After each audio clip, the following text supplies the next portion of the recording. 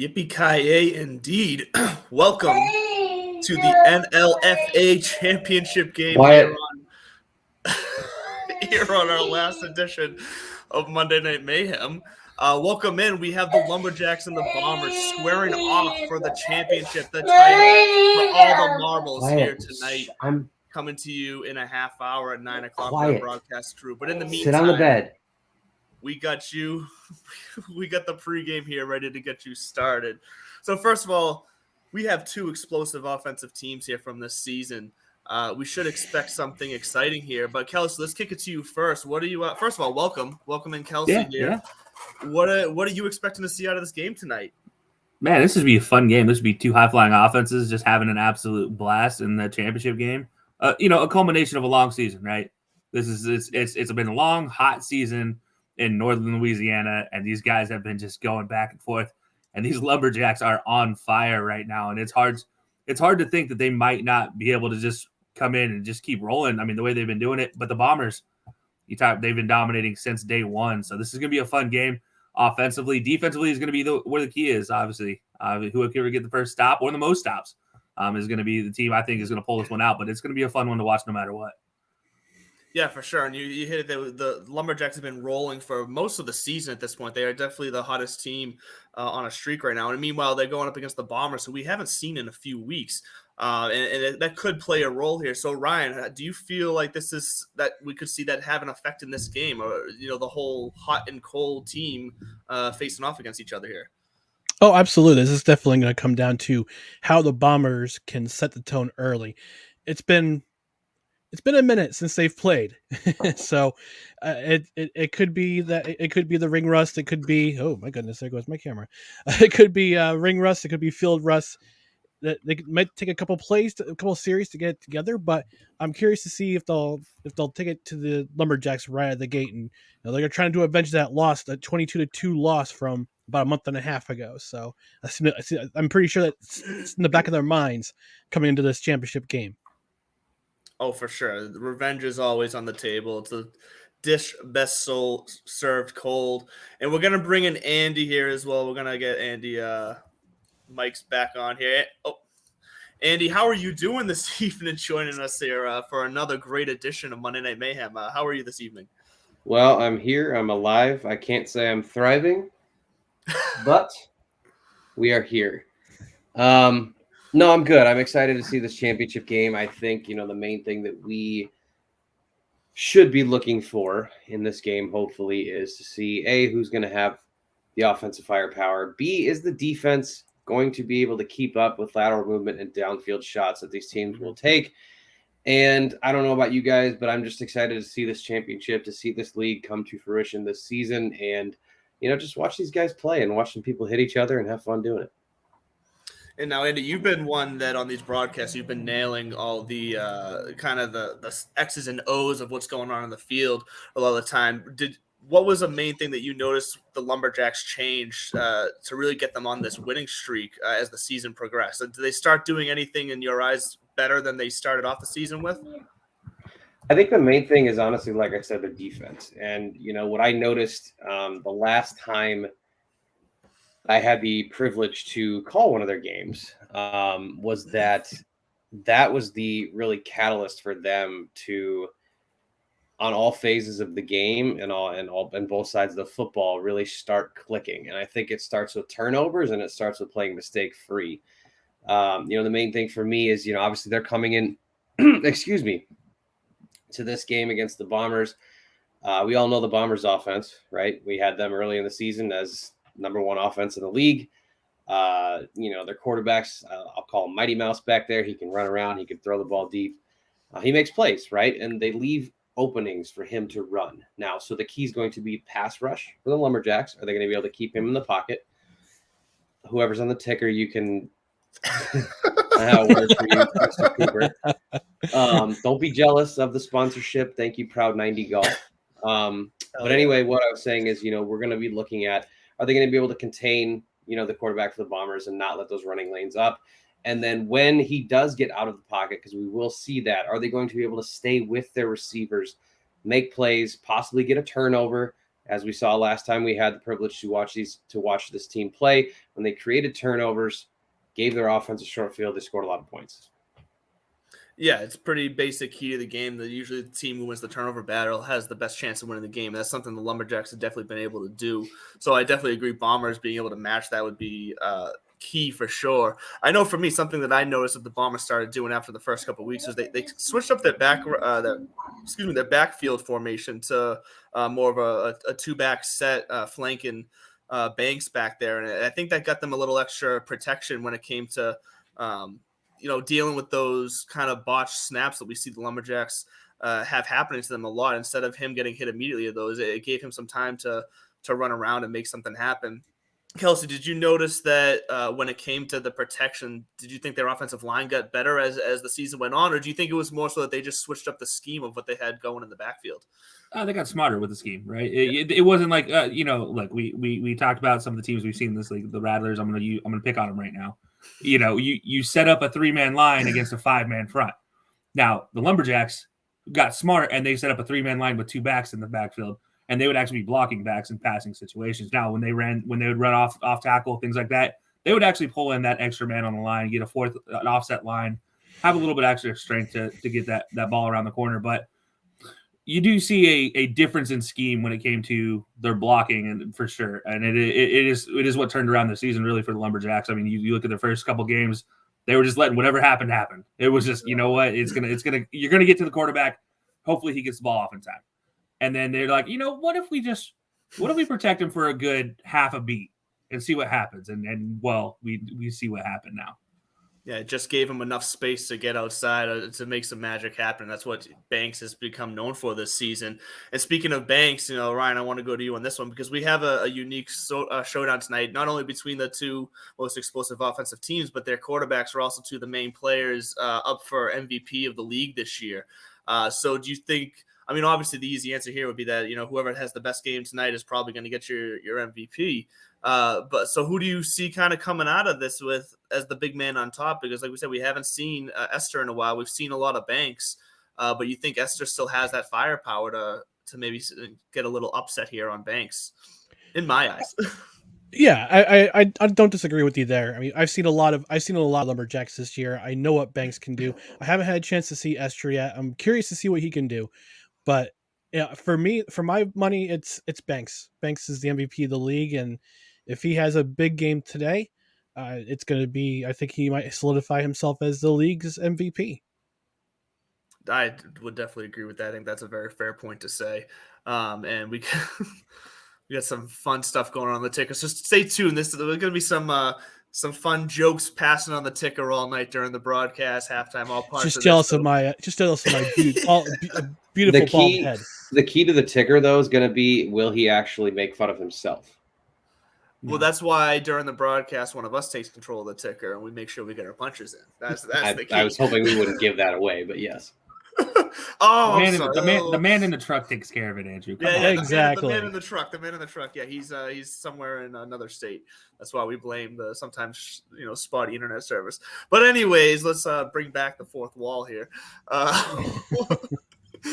This bottom line is we got ourselves a championship game tonight, and both of these teams have had their own paths, like we said, to get here. Bombers came out by far the best looking team to start the season, and it's slowly shifted to the Lumberjacks taking over. And we saw them have some stylistic change. We saw them really take control of their identities in the season here. And I think a big play here is going to be the defense. We see a lot of these guys play two-way defense. Banks is a linebacker as well. And do you see there being an issue now that we're kind of into the spring and close summer here? Do you see exhaustion being an issue tonight with these guys playing both ways on offense and defense? I know we've seen it in some other games where the second half rolls around. Sometimes if you're down in the game mentally, it's hard to get back up once you're physically exhausted too. Andy, what do you think? Do we see some exhaustion take place tonight for these teams? Do you think they're just going to be riding that championship high? Yeah, I think anytime you get into a playoff tournament, no matter how many games you play, it's a 6-game season, you're going to see some exhaustion, especially if you're a two-way player. I know me personally, like when I played, And I would even run like scout team in practice and do like 2 ways, that kind of stuff. Tired. So I think the key here is going to be, if like you mentioned, Banks, he plays linebacker, is that team going to get off the field in 3 plays? Are they going to force 3 and outs? When they're on offense, is he going to be running for his life? Again, exerting more energy, or is he going to be able to sit back in the pocket? It's really going to depend on those 2 factors, if you ask me, how the offensive line blocks for both quarterbacks. And then are the defenses going to create stops and turnovers that lead to short drives for these offenses? So basically, I think what I'm looking at, and you guys can, chime in on this and correct me if I'm wrong, is are we going to see either a defensive battle or a shootout? I don't think it's going to be a middle ground. It's going to be pretty black and white, if you ask me. I do want to pick a point at what you said. I don't think his offense is going to be a problem for him at all. And I just say that because when you talk about the times to have fun and the least exhausting moments are those moments where you're dominating another team or you're a most dominant player offensively. And it's obvious that he is a more dominant offensive player than defensive player. So when he's on offense, he's like, oh, I get to, have fun, do my thing. It's not going to be a worry for him offensively. It's really can he stop the Bombers defensively? That's what I worry about. Is it, to your point, Andy, is like if he's on the field for a long time defensively, that is going to wear him out, and then you might see a little bit of exhaustion on offense. But for the most part, I feel like most great players when they're on their side of the ball, they're not feeling any sort of exhaustion. Yeah, and I think you're right on that, Kelsey, too. And I know, on the opposite side of the football for the Bombers, when Esther's at quarterback, and I think, Andrew, you actually called one of the games with me earlier this season where we saw him running around a lot. And he was, both running because of pressure and then running because of opportunity when it, was created with the offensive line. So, I don't know. Like I said, I think it's going to be one of 2 ways, not really a middle ground on this one.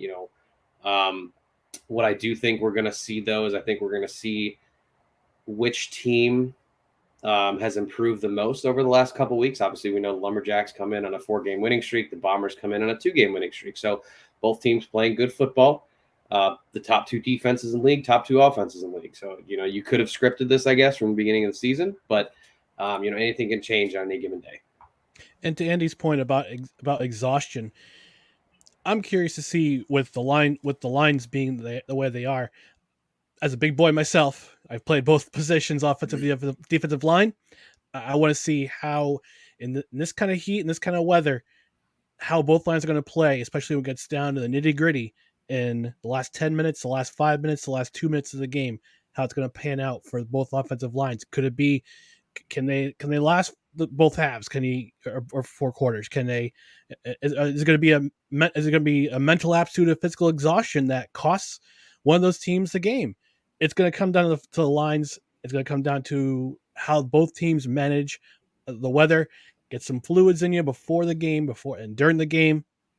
I think that's going to come down to which line's going to be more dominant, especially in the latter stages of the game.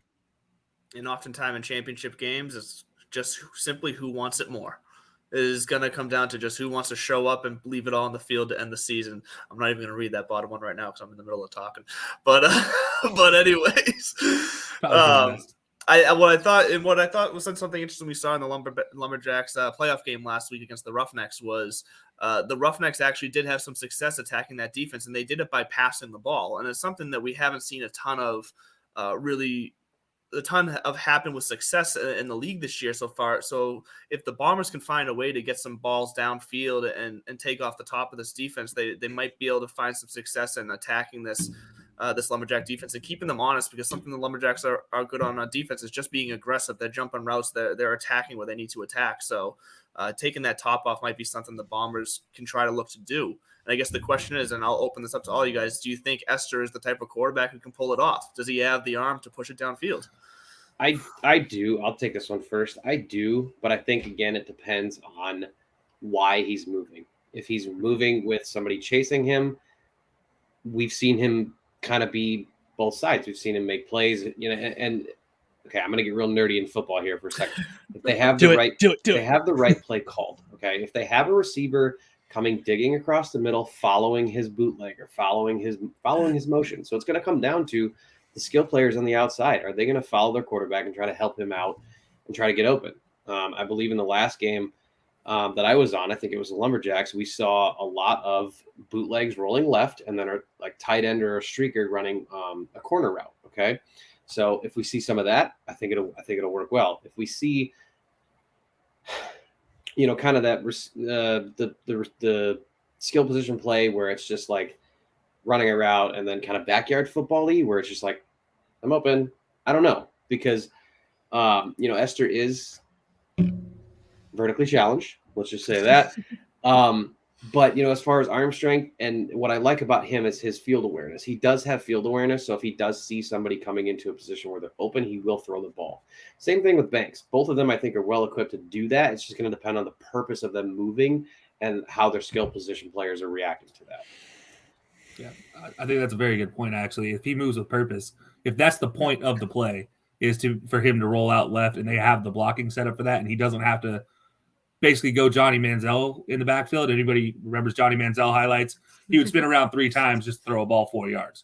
Well, that's the same thing. Like when Esther has to make plays with his feet and it's unscripted, he can do it, but it's only when he scrambles to the left and he has to have that receiver, like Andy said, coming in motion with him. I don't know if he can throw it deep off the top. Here's the thing I've noticed. When it's over 20 yards, he is very wild. And it might come down to the fact he is a little bit shorter than the rest of the team, and so he has that overstriding issue that a lot of quarterbacks end up with. Makes you throw a little high, a little wide every time. And when you look at that, that's a worry, because you're exactly right, Andrew, when you were talking about the lead up. The Lumberjacks love to jump underneath routes. And if Esther has any sort of misplaced ball that is underneath, that is going to go pick six the other way real fast. And, I mean, you'll be lucky if it only stops with 1 pick six at that point in time, because Esther – unfortunately does not have the memory of a goldfish we've seen so far this season. He can tend to let it build up on him and react to certain things. Well, I believe there was a game that we saw him get pulled in a game too, I believe, if I remember correctly. I can't remember exactly which game that was. But I guarantee you that won't be on the highlight reel that we're going to show here next. We got highlights from both teams that we're going to quickly play for you guys here. Then we're going to talk about quickly what we saw, give you our predictions. Then we're going to turn it over to the broadcast crew to bring you this game. So stand by and check out some highlights here.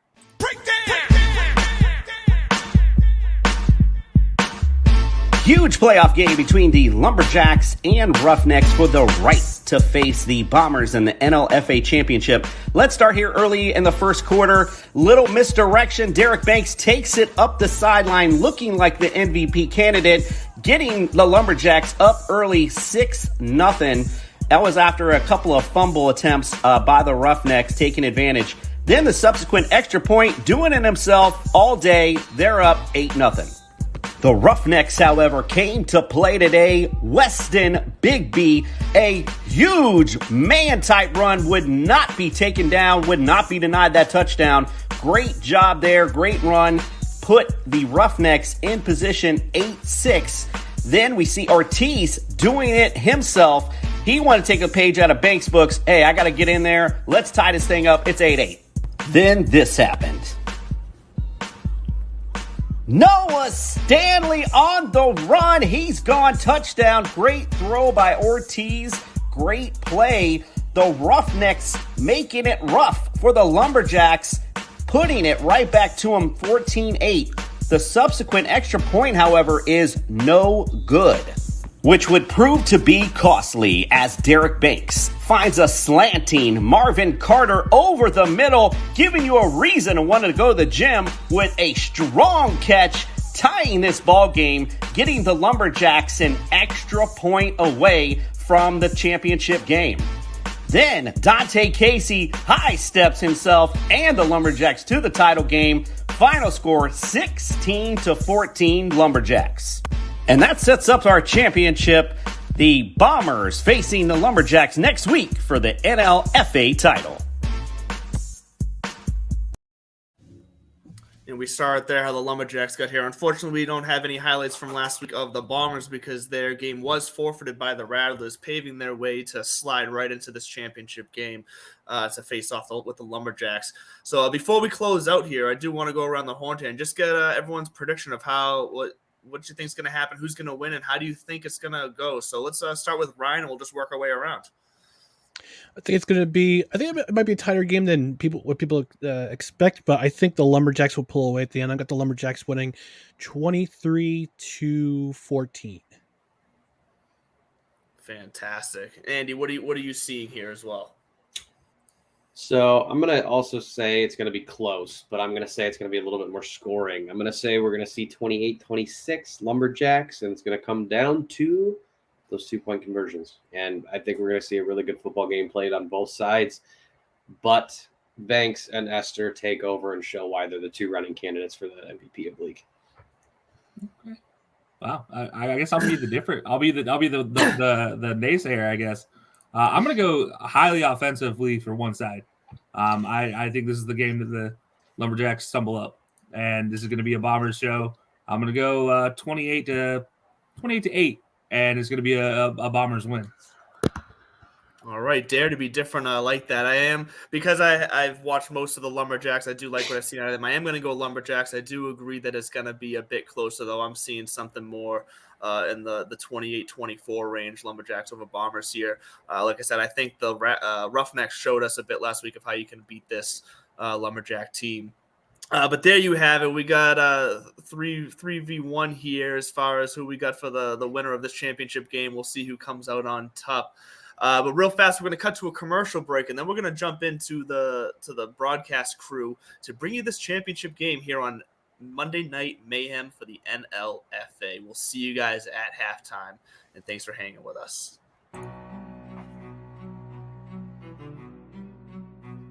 What's up, everybody? Welcome. The arguable best running back in this draft, Kenneth Walker out of Michigan State. I love this guy. And all the football, 89 broken tackles on the season. This is what Bill Belichick does. He is the smartest guy in the league. He says, I don't need to go to these big guys. I can go draft Bailey Zappi. I watched them play the Irish, obviously, in the 2020 where they won, surprisingly, and then they got their teeth kicked in pretty hard, which normally happens when they play a championship game with names on the back of their jerseys.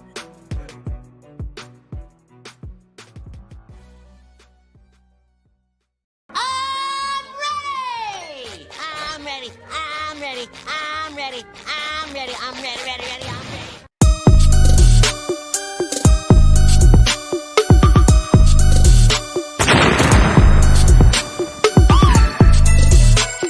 Hello, welcome in to Monday Night Mayhem.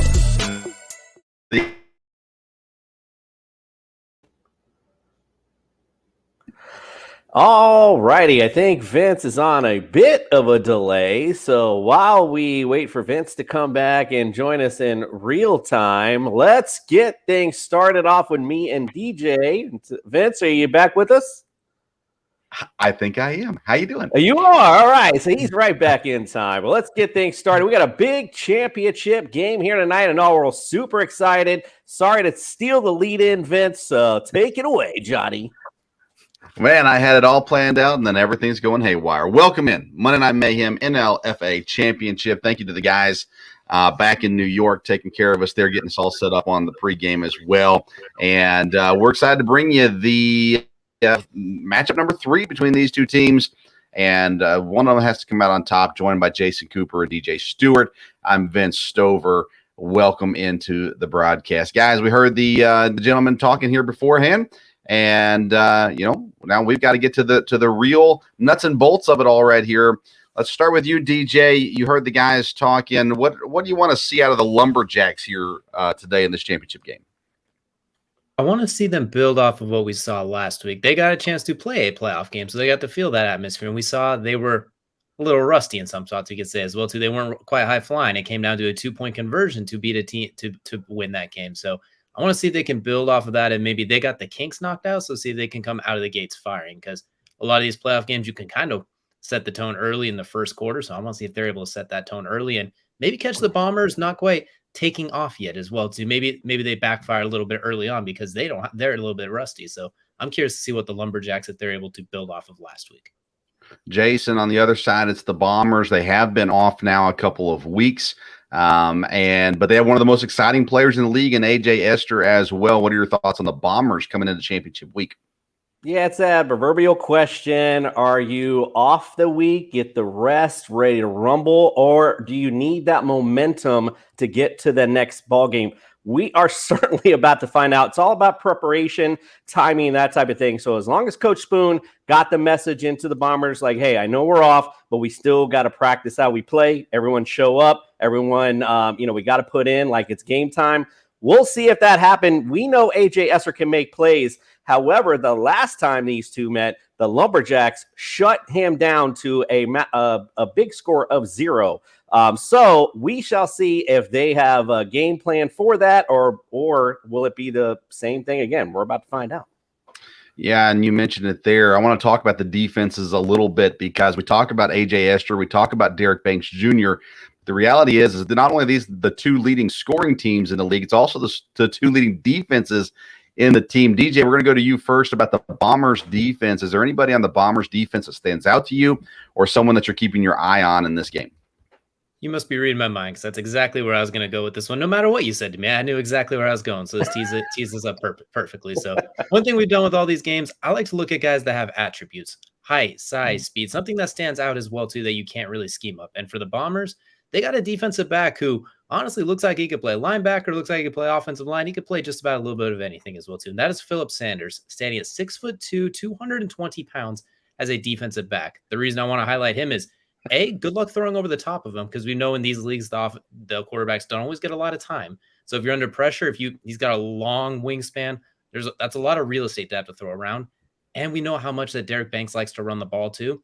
That is someone who can match him for his size in the back end of the defense. So if Derek Banks does break past that first level of big guys, you have somebody who can match him and not let him run through them, as we've seen Derek Banks do plenty of times this season. Usually if you can get him to the second level, he's leaving, he's running through people.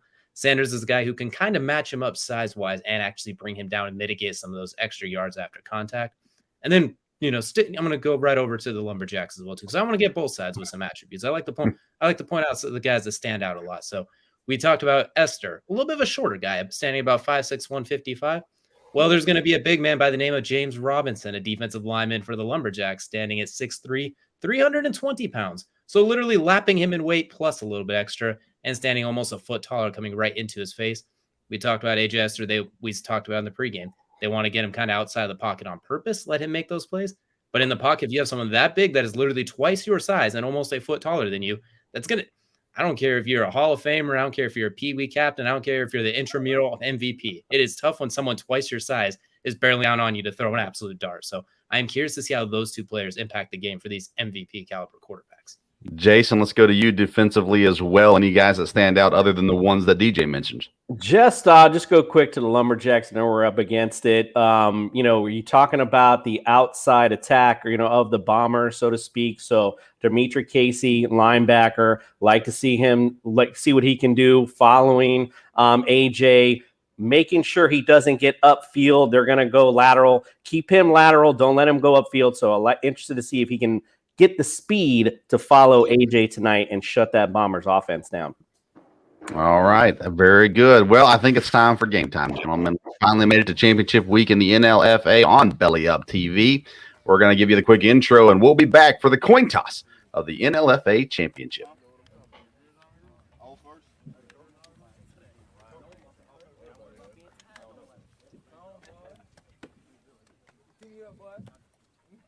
Well, I guess we went right to the coin toss. And Vince, I forgot to mention, I heard that you did the national anthem for this game. Is that accurate? Oh, say. Yeah, that was it. That was me. They didn't invite me back. They've already told me next year I'm not invited back. So, yeah, well, All right, so here we go. We got this is the matchup we've been waiting for, right? This is the one that we wanted at the end of the day. Last week, we weren't sure who would come out Roughnecks Lumberjacks, but when you get two exciting guys like Derek Banks Jr. and AJ Esther on the field and get to see them playing, it's going to be a great, great time. The two deepest teams in the league as well. And so it comes together really the perfect situation when you're talking about for the league. You're clearly your two best teams, and so even with injuries and different things that have happened throughout the season, it still comes down to this. the two best teams on the field. And I'll tell you, there's a couple guys I didn't mention them in there as we were talking, but a couple guys that I want to mention as well on the Bombers. A guy like Brian Williams, he plays on the outside cornerback. Taj Horton plays some linebacker as well. So those are two guys I like defensively for the Bombers. And then for the Lumberjacks, they'll be on defense to start the game. Byron Turner, number 31, the guy to keep your eye on as well. And you'll see Derek Banks around there sometimes on defense also. So here we go. We are playing 9-man tackle football is the NFL and NLFA rules. So you'll see how it's all set up if you're joining us for the first time. And by the way, thank you for joining us here on Belly Up TV, our live sports edition. We've got other leagues coming up. We'll talk about that more as the game progresses. And you brought it up, Banks MVP candidate for a reason, Vince, playing well on both sides of the football. So yeah, good point out to start this matchup up. Yeah, the end of the season awards will be announced later, and definitely you're going to see a lot of guys on the field today that are up for a number of different awards here as well. And like we usually do, the referees like to make sure they're seen on camera before we start the game here. But the whistle is blown, and here we go. We've got A.J. Esther in the backfield. He's got Trey Richardson on one side, Roderick Long on the other. The snap and the handoff coming around the right side. It's Richardson immediately off to a good start and a good run. Trey Richardson has been a key factor for this offense for the Bombers so far this season. Absolutely as well, too. And you can see right there the Bombers immediately double teaming on the edge and getting some space as well. We've kind of noticed in this league getting the edge could sometimes be easier said than done as well, too. And they did a great job sealing the edge and giving Richardson some space to wiggle. So we're coming down to second down and short for A.J. Esther. Just taking a look around, you'll see the Nellums on each side there as wide receivers dropping back for the first throw of the game. He throws to the right side. Hot. First down, good play there right off the bat. That is Ted Nellums. Excuse me, it's not Ted Nellums. It's Demarion Smith there with the catch, lined up as the tight end on that play. Good play all the way around. Good rollout, good throw, good catch, and great tackle there. So just a great play all the way around on both sides. But again, we'll see. First down and 10 for the Bombers, setting the tone early on this first drive. Bombers have a lot of weapons on this offense, and they can go a number of different directions. And, again, they trust not just Esther's legs, but his arm as well. First down for the Bombers in shotgun. Snap is low. Running now straight up the middle is Esther. He makes enough out of that play. Looked rough, DJ. We saw a lot of bad snaps last week, and here we go. First drive, we're already seeing one now. You know, we might have to do ourselves a golf league because that was a pretty solid putt right back there as well, too. We've seen a lot of those these last few games. The center's got to work on popping that ball up just a little bit more. But you see why they've been so effective offensively. Even when all things could have been a disaster, you turn it into a 5-yard gains and get a second down and manageable. Yeah, and both of these quarterbacks can turn mistakes into progress very quickly. A.J. Esther, again, proving why he's one of the better in the league. Dominic Pugh now in the backfield. You can always recognize him by that long, flowing locks. Esther now back for the snap, takes it. He's going to give it to Pugh around the right side, looking for space. Not a whole lot there. A good job by the defense collapsing. And Jason, that Lumberjacks defense has been important all season, and they're getting to the ball on the outside right now. Yeah, we talked about that lateral speed. I mean, look at where they're attacking right now. Again, going to the outside. Lumberjacks are doing a decent job. They had the first run, and then they had the pass, but they're doing a good job right now controlling them laterally. We'll see if it continues. I love watching this Lumberjacks defense so far this year. They have been one of the faster defenses to get side to side and make stops. They also got that size up the middle too.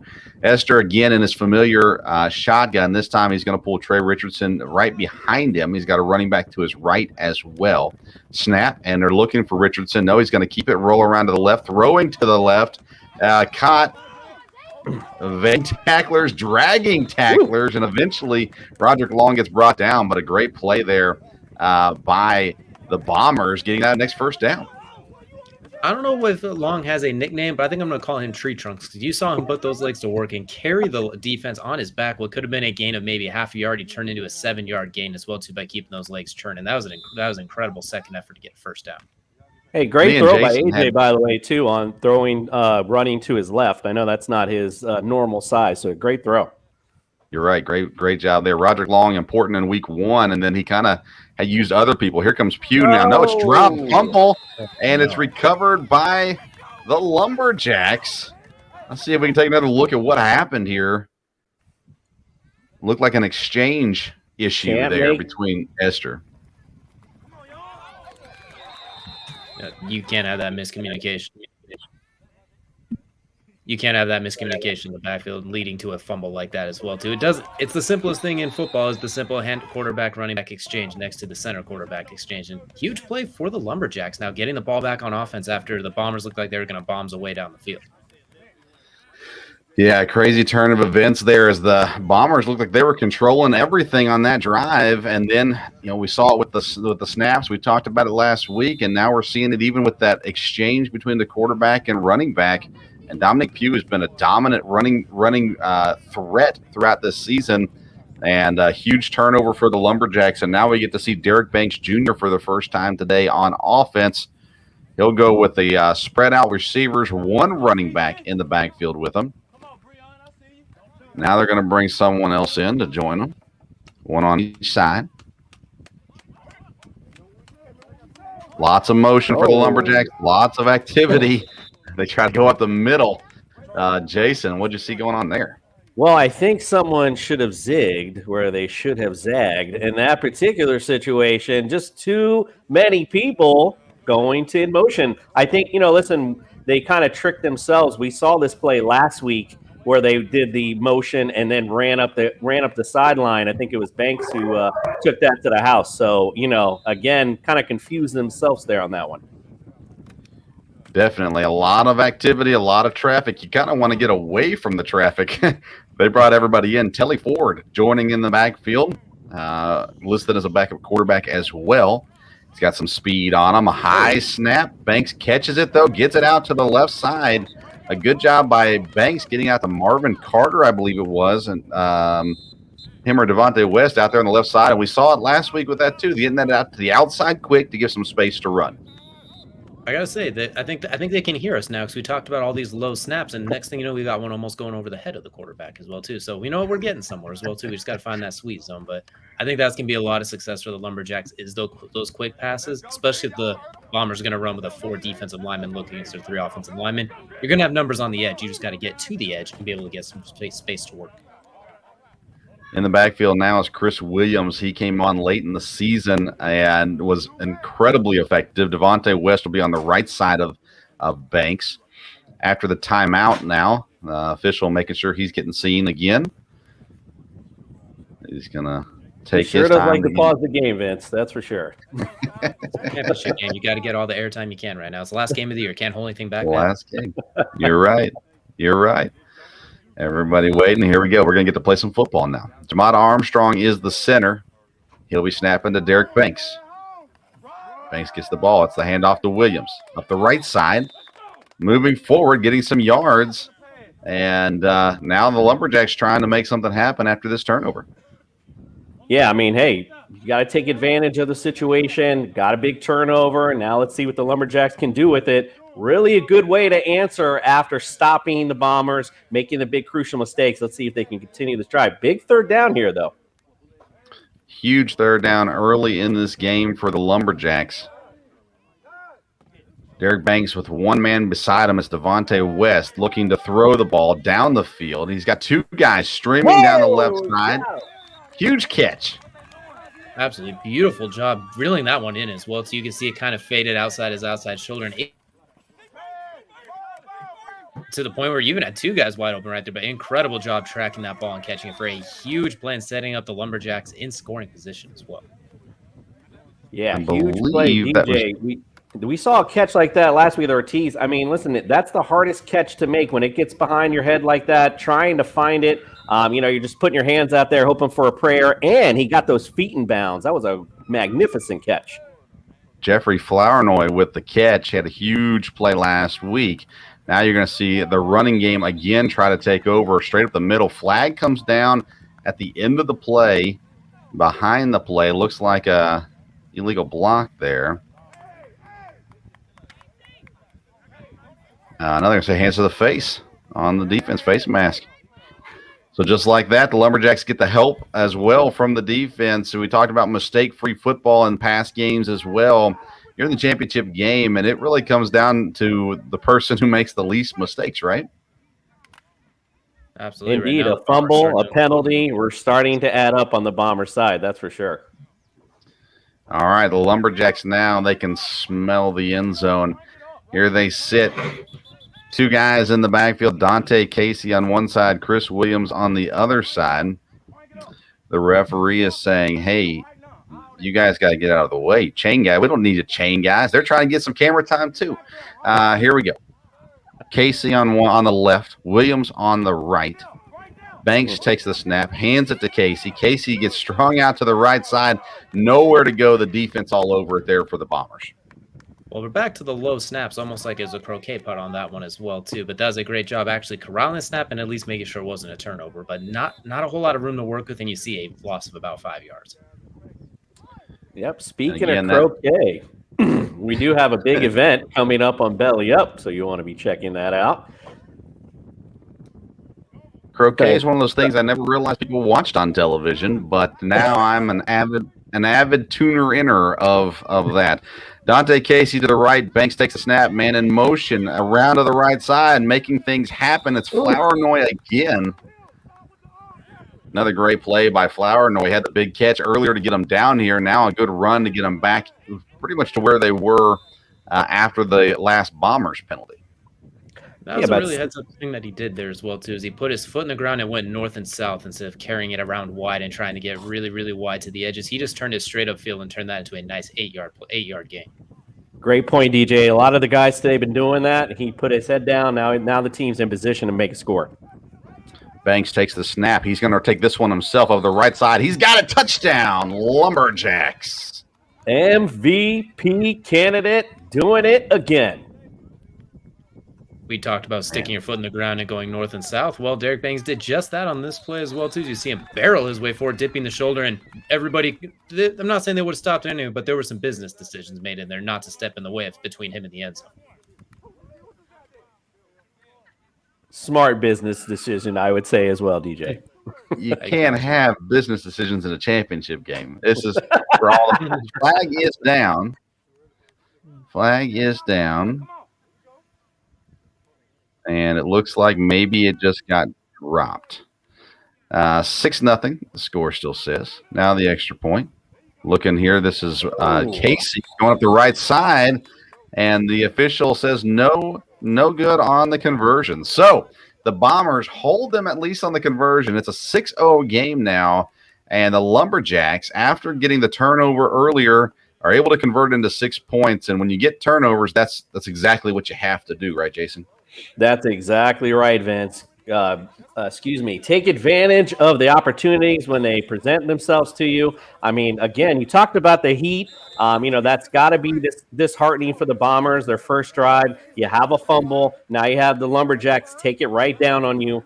Going to have some hands on the hips. I can see already in the huddle. So going to have to start bringing this attitude around already. You're only down 6 points. So let's see if they can do something here. You got Ted and Tedris Nellums. Tedris on the left, Ted on the right of your screen. Here comes Esther with the handoff straight up the middle there again. And that has been their strength this year, is running the football. Even though Esther can throw and they've got some talented receivers, that run game, Trey Richardson being the lead runner for this team, has been effective, and they'll get a few yards here. And the Lumberjacks can see that too. As you saw, even on that play, the safety starts creeping a little bit closer and closer into the box as well too. By the time the running back gets the ball, the safety's practically a defensive end at that point as well too. So maybe they try and set up a play action bomb here if that safety continues to creep down. Yeah, and the Lumberjacks put their speed, Justin LeBlanc, out there to cover Ted Nellums, who has had some big plays here for the Bombers so far this season. Marvin Carter on the other side covering Tedris Nellums. Here comes another run play to Trey Richardson. He breaks this one to the right side, makes him move on the sideline before finally getting hit and brought down by Marvin Carter. But what a play there by Trey Richardson to get that first down. Yeah, you mentioned that running game in Trey Richardson earlier. Again, big, thunderous guy coming down. DJ talked about earlier, business decisions right there, though, were made to put a lick on him. Big hit by the Lumberjacks, way to step up, make him pay for that first down he just got. We went from Yeah, business decisions. That was a street decision. They were not letting him get any farther at that point. They flipped the narrative on that one. That's what I'm talking about, DJ. No business decisions in championship football. Esther with the play action, rolling left, throwing. No, he's going to come back to his right. Now we're back to his left. He's doing his best Michael Vick impersonation, throwing it up. Intercepted by the Lumberjacks and brought down. What a play, as just kind of staying in spot. That's Justin LeBlanc with the interception. And you can see, if we have the replay, I think we do, you can see A.J. Esther trying to make things happen. But ultimately, when he's making that throw, doesn't have enough arm strength in there to get it past the defenders. An incredible job avoiding pretty much the entire front line of the Lumberjacks to get that throw off. But as you mentioned, just after a while, his receiver is a little bit too far out of range as well, too. Now the Lumberjacks controlling this first quarter early on as well. I was going to mention earlier, too, and since it played out there, not seeing a lot of AJ on his feet today. He really should have made a decision, tuck it down, take some yards upfield. DJ mentioned earlier, go north and south, stop going lateral. That's how you win football games. Last turnover, Lumberjacks turn it into 6 points. They'll try it again. Here comes the handoff to the right side. The play is blown dead, flagged down, and it looks like the Lumberjacks' false start will move back 5 yards. We've seen this consistently this season. A big positive play, and immediately maybe hurrying up, trying to get things moving, trying to take advantage of that momentum, actually sends them backwards 5 yards here. And so the Lumberjacks now 1st and 15 instead of 1st and 10. Yeah, that way you want to start shooting yourself in the foot. You have the advantage. You got a chance now to go up 2 scores and really put the Bombers on their heels, so to speak, to start this ball game. All right, 1st and 10. You can already see the Louisiana Heat playing a little bit of a factor. Derek Banks again, two running backs beside him, takes the snap, throwing quickly over to the left. He has a man for a big gain here and a 1st down, I believe. Throwing it out there to that left side quickly, and he hits Marvin Carter, who had a big hit just a minute ago on defense. Now he's getting a big catch, DJ, showing that he can play both sides of the ball. Absolutely, and not only a big catch, taking a pretty big shot there as well, too. His Banks rifled that one in there, made him leave his feet a little bit, but fantastic job looking that one in and getting back all the yards plus some as well, too. And the Lumberjacks passing game's looking pretty good early in this game as well, too. I know last week they were a little stagnant, but Banks is feeling himself today. He's really cashing in. Yeah, and they're doing those quick hitters as well. That one was one of the faster forward passes we've seen so far this year. And now Banks back again, handing this one off, holding on to it, getting brought down in the backfield by 2 defenders. And the Bombers say, if you're going to keep it, you're going to pay. Yeah, well, DJ just mentioned it. The passing game's starting to get off a little bit. Bombers need to start putting some pressure on Banks. So there we go. End of the first quarter, 6-0 Lumberjacks. We'll be right back with more championship football on Belly Up TV. Hello, everyone. My name is Ryan McCarthy, and I'm the host of No Credentials Required. Now, I know there are a lot of podcasts out there that make you want to do this. Or this. And sometimes this.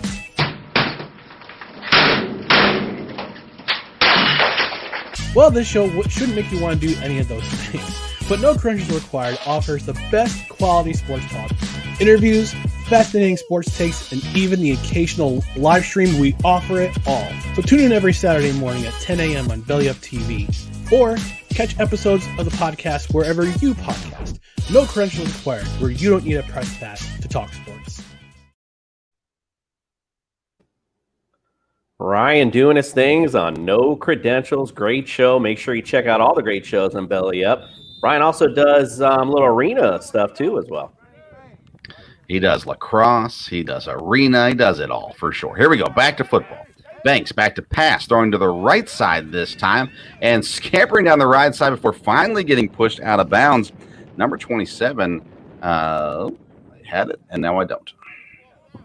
Either way, that's a quarterback's favorite play in the playbook. Catch, snap, flick in the flat, gain about 8 yards as well, too, and get easy yards like that as well. And the way that the Bombers are lining up on defense, they're going to have that all day if they continue to have this very packed box.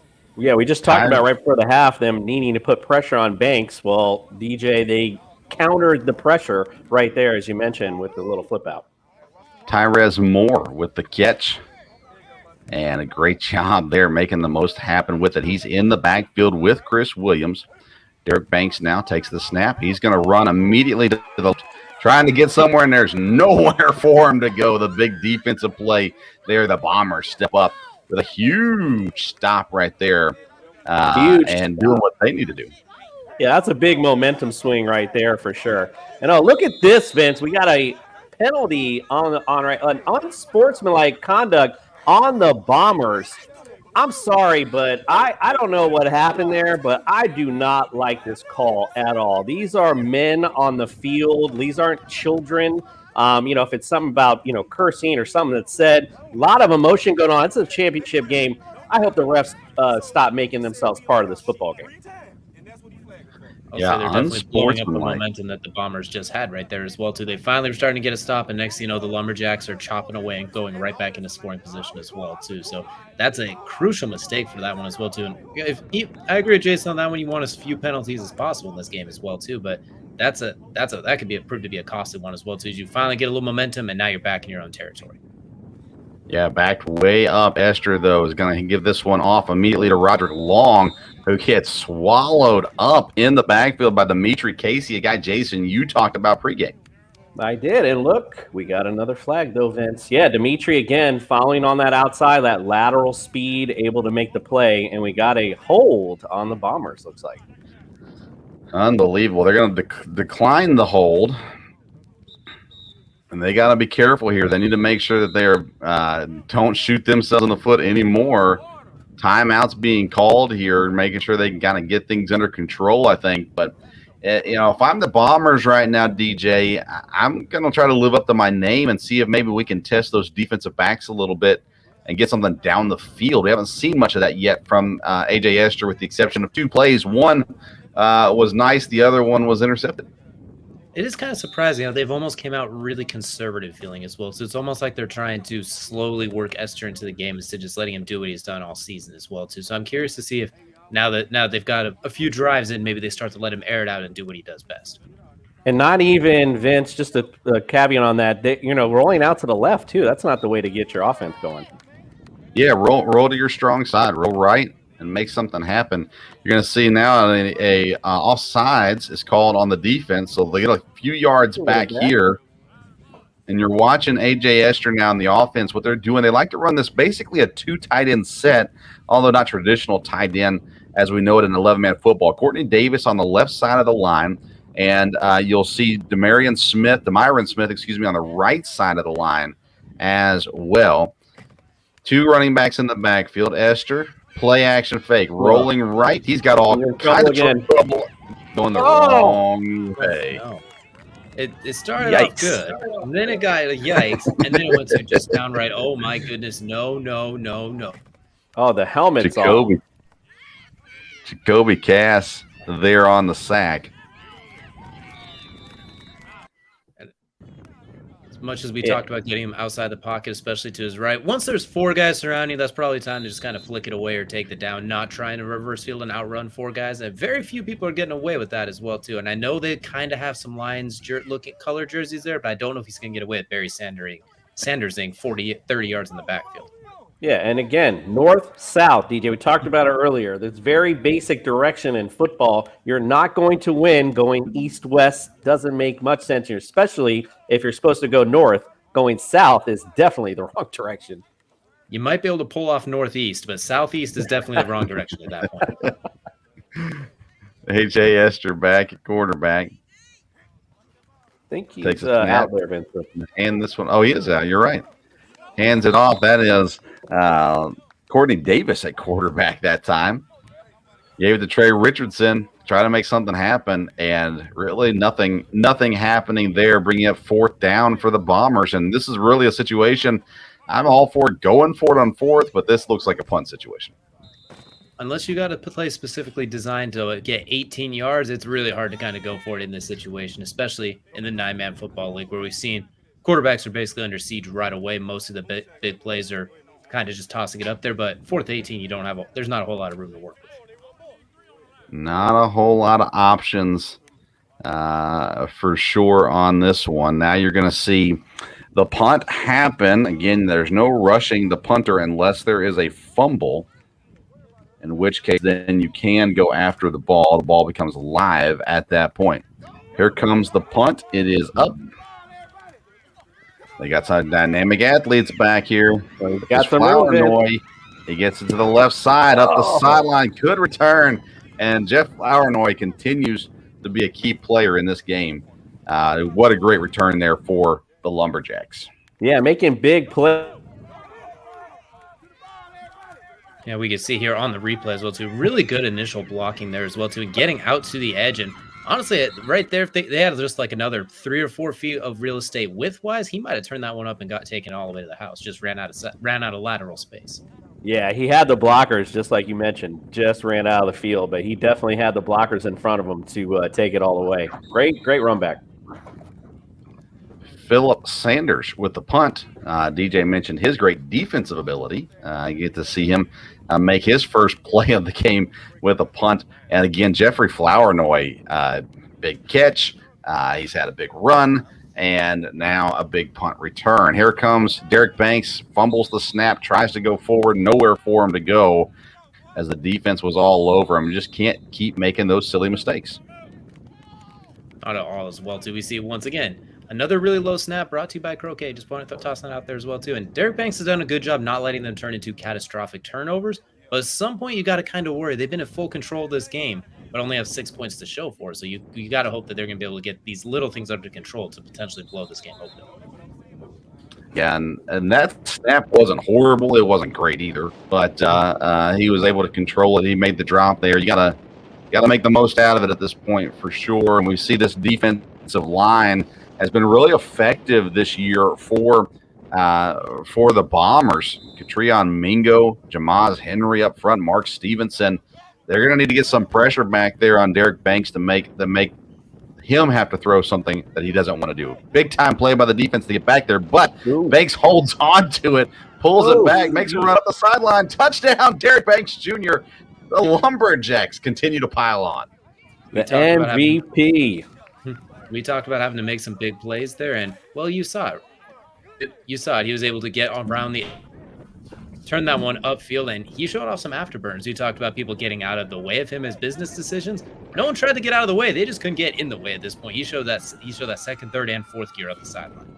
Nice little tightrope in that sideline, too. Little dance to finish it off. Again, making his case for MVP today. Absolutely as well, too. And a chance here to give them a commanding lead here in the first half, which I don't think any of us fully expected it to go like this so far early on as well, too. Is going for 2, and this one, not quite as much luck there as they're going to hand it off, and that's to be stopped short. So it will remain a 12-0 lead for the Lumberjacks. Yeah, the conversions have not been the strong point for this team. They've done a good job getting into the end zone, but then struggling after that to make anything happen on the conversion side of it. But you said it, DJ, still up 2 scores, 12-0. And again, Lumberjacks was the #1 scoring team in the season. We had a lot of attention on the Bombers' offense, and I think the Lumberjacks kind of maybe were quiet in their scoring, even though they scored the most points. They outscored the Lumberjacks the Bombers 114 to 112 on the season. And they're showing their dynamic offense. And again, Derek Banks, I think Banks has gotten stronger and stronger as the season has gone on. And just maybe it's that confidence, maybe, Jason, that's built up within him. Yeah, you can see the big difference between him and AJ is able to step up and make plays in the pocket without a problem. Now Esther trying to make things happen with his legs, starts left and breaks back to the right, gets a couple yards before finally being brought down by Jamad Armstrong on defense. And I think we need to see Esther start to take over the game, don't you think, DJ? Absolutely, and that was actually really well timed what Jason was talking about. As Banks is able to step up, go north and south, step into the pocket. There, Esther, trying to avoid some of the contact when he steps up, is only able to gain about a yard. And you got to wonder if he's fully feeling okay, because he did take that big shot and then left the field for a little bit as well, too. So we'll have to keep an eye on how healthy is he feeling right now as well. Esther will have enough to knock his helmet off, DJ. So, yeah, you're right. 2 backs in the backfield. He gives it to the right side. Now he's going to run across the left side. I believe it's Trey Richardson getting a couple more yards, and they're trying to kind of chip away, which you're only down 2 scores. It's still the first half, so you can do that. But you want to be careful. You don't waste too much time chipping when you should be bombing down the field. No pun intended, indeed. But like we said, got to make some rollout plays to the right and get him confidence and to make some throws. You can't grow confidence when you're rolling to your left, and it's really difficult to make those passes that way. So that's what I would do. Roll out to the right a little bit, get some short passes, get him going a little bit because they're going to have to do something here. Looking to Dominic Pugh now. He's going to run to the left side. He's got makes a little bit of space. A nice run there by Dominic Pugh, one of Jason's favorite running backs in the league. Pew, pew. Pew, pew. Makes things happen there to the left side. And they got the sticks on the other side. So it's 4th down. Did not get the first down on that. Did get positive yardage. And now, DJ, I think we know what they're going to do. But what would you do if you were the Coach Witherspoon in this situation? Pepe Le Pew on that run. Sorry. If you plan on going for it here, I don't really hate the call. Maybe you catch him guessing, but I'm still not 100% sure about that. And you've struggled getting the edge on these around the edge runs, especially the last few drives. I think you got to give Esther a chance. I know it's been a little bit of a struggle. I know there's a chance he might be dinged up. I think you got to give him a chance, especially because now it looks like they're going to punt it on this one in this 4th and 4. So I really don't like that call on 3rd down and 9 now at this point. Yeah, great. This is tough for the Bombers to do here, but at the same time, they don't make this 4th down. They're basically handing the Lumberjacks another touchdown. All right, so flag down on the play. Another unsportsmanlike conduct penalty. I wish we had a microphone on the ref because I'm not sure what in the world you're calling unsportsmanlike. I thought maybe it was going to be a delay of game or something. It took him a long time to get going. I cannot imagine on this planet we would be calling penalties for men cursing. I'm sorry, this makes no sense at all. What if they're saying something like really, really mean Harry Potter curses like Avada Kedavra or something like that as well? So like maybe they're getting real serious with it. Well, to be fair, I was in the Marines, so I curse a lot. So come on. That's Philip true. I mean, punts this one down. There's a big return. Remember last time. Now we're going to see cutting it forward and back, and this time they do not let anything go on. They hold the punt returner to nothing. So 12-0. We're closing down towards the end of the first half. Lumberjacks lead by 2 scores. Jason, do you go aggressive and try to get 3 scores, or do you go more conservatively and try to run out the clock?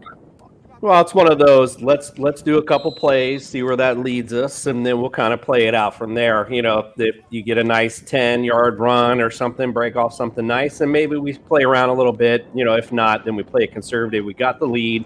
Let's take it in, not give the Bombers any momentum going into the second half. Derek Banks Jr. at quarterback, looking to throw quickly out to the left. He's got his receiver there, only a couple of yards, not a whole lot happening. A great job, and they're going to roll the clock here. Usually in the last minute, they would stop the clock, but the official says he was not out of bounds before he got brought down, so go ahead and roll it. But there's a penalty flag, it looks like, again on the play. This one will be on the Lumberjacks, so they'll move them back a couple yards.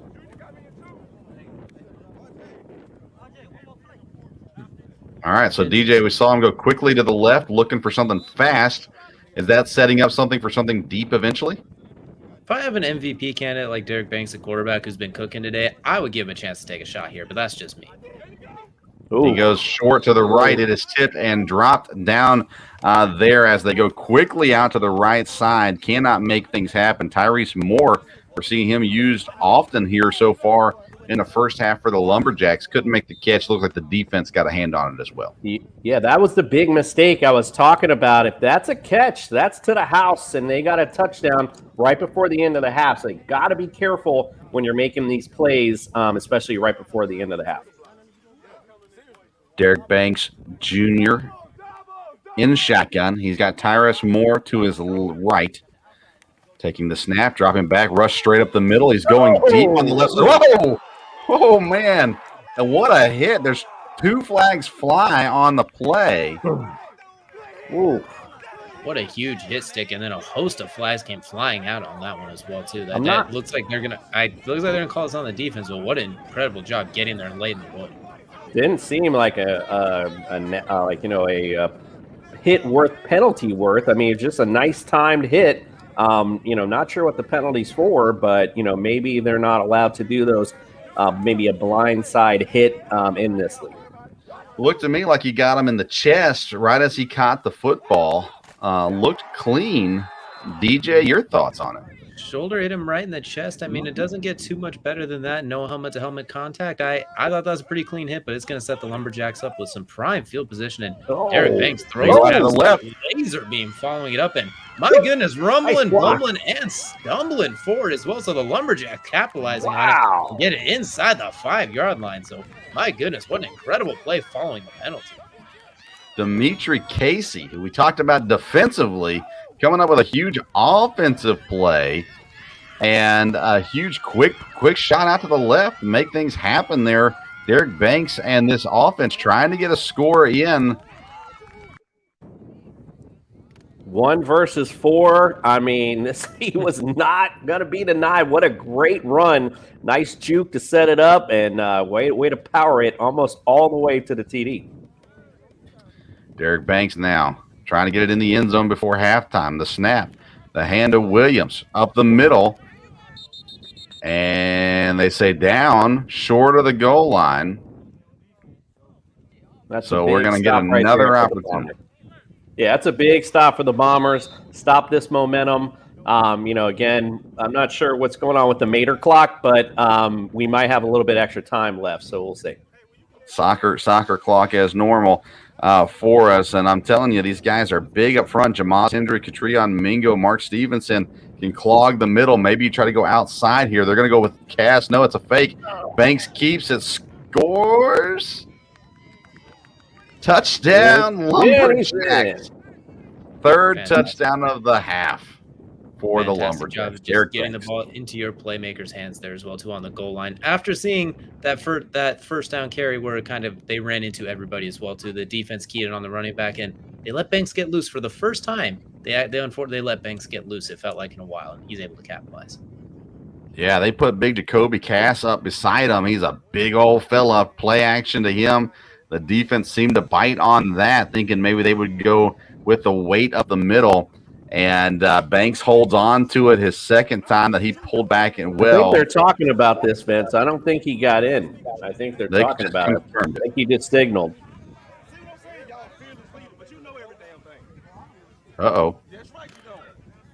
Yeah, we're going to 3rd and goal on here. They think they signaled him not.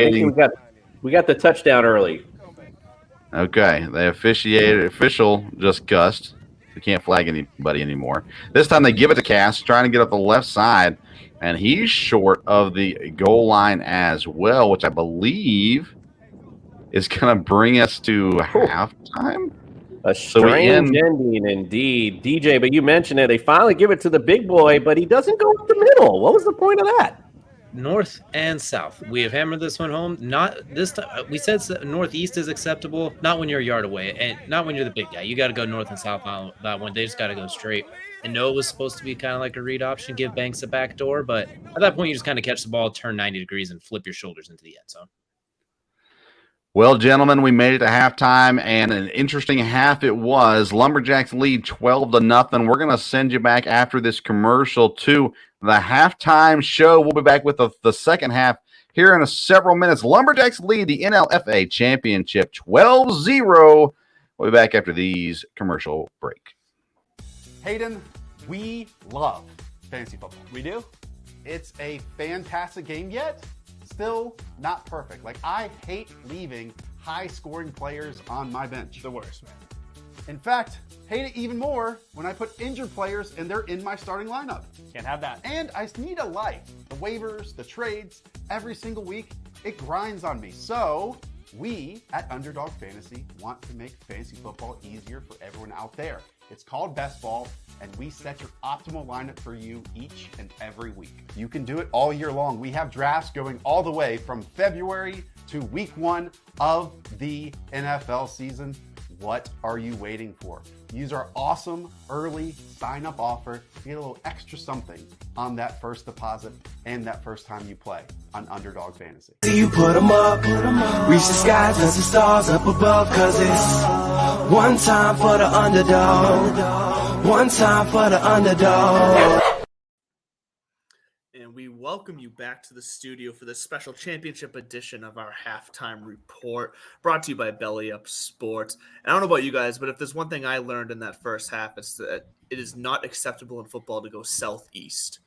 I don't know how about you guys, but geography. I learned a lot about having a compass these days. But I will say, I'm going to start this off, and I don't mean to steal your thunder here, Andrew, but we talked about the two-way playing, right? And hydration possibly being an issue.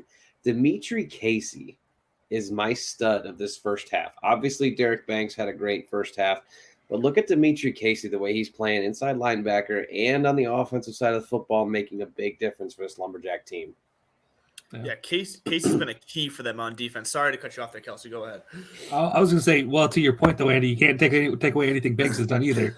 No, not at all. Not at all. Rattling off a 35-yard touchdown run himself, along with his scamper of a 6-yard right up through the middle on that first touchdown. So it's hard to pick between the two because they have both had such a fantastic first half, really.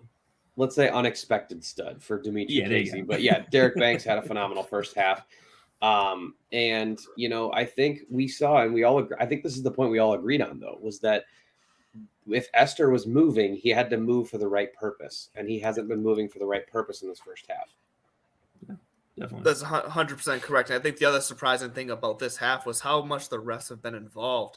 For the most part this season, we haven't seen many flags. So how does everyone feel about that I guess it was late hit or targeting call? Because if you ask me, that looked like a textbook tackle and just a great hit by the defense.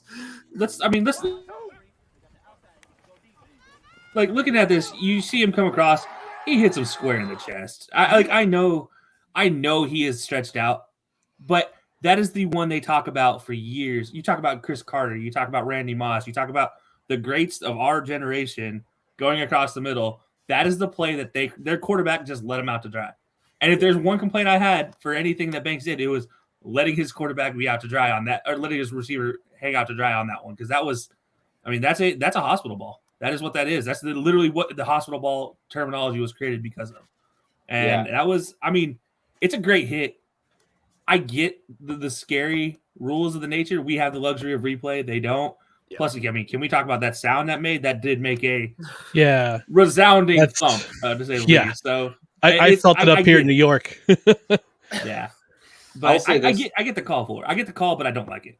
Yeah. I'm with Kelsey on this. And I think, so I played defense my entire football career, really, except for 1 year when I was a quarterback. Just gonna throw that out there. But let's talk about this, though. The last year he was a quarterback. If it was a crack block from the offense on a defensive player, it wouldn't be called. And it's a similar situation because a crack block happens when the defensive player is not paying attention and you get ear-holed by a little wide receiver. Happened to me a couple times in my football career. So I understand the call. Trust me, I understand the safety of the game. I think it was a beautiful tackle.